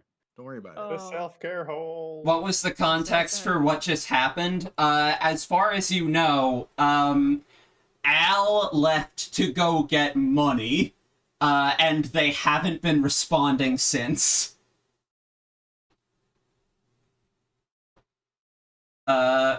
And yeah, apparently just like fell in the hole. And don't worry about it. it. Don't worry about it. Yeah, don't worry about it. Anyway, yeah, No need to worry. thanks for stopping by, everybody. Oh, Servina just stopped streaming. I was gonna raid her. Ah. Oofa. Bubblings. Ah, damn. Now I don't have anybody to raid. Alright, GDQ! GDQ. Al went to go defraud a currency exchange. Got stabbed somewhere along the way. It's fine. He's in the Oh, He's in the void. wow. Alright, that was a great session. Yeah, thank you everybody for stopping by. Thank you to our players for playing. That was a great time. Yeah. Yeah. Yeah, and I'm happy to have Juno here and Glover. It's a very fun Yeah. roster. Yippee. Yeah. I had such Yes. fun. Yeah, it was Thank you, it was everyone. really great to just that moment where we just cut to the moon and everybody was confused. Yeah, it's just the society on the moon. Don't worry about it. Yeah, Yeah, it's about fine. it. Because yeah, for everybody else, that was our first introduction to Juno's character too. All we knew was they picked the divine. Okay. It's just like, by the way, That cut to should the be moon. fun. Alrighty. Alright, so let's go ahead and raid. Let's raid GDQ. Ba-doo. Can't go wrong with GDQ. Yeah, everybody loves GDQ. Yeah. Ah. Curses, my mouse still doesn't work correctly. Game's done. Wick, I misspelled it. Alright.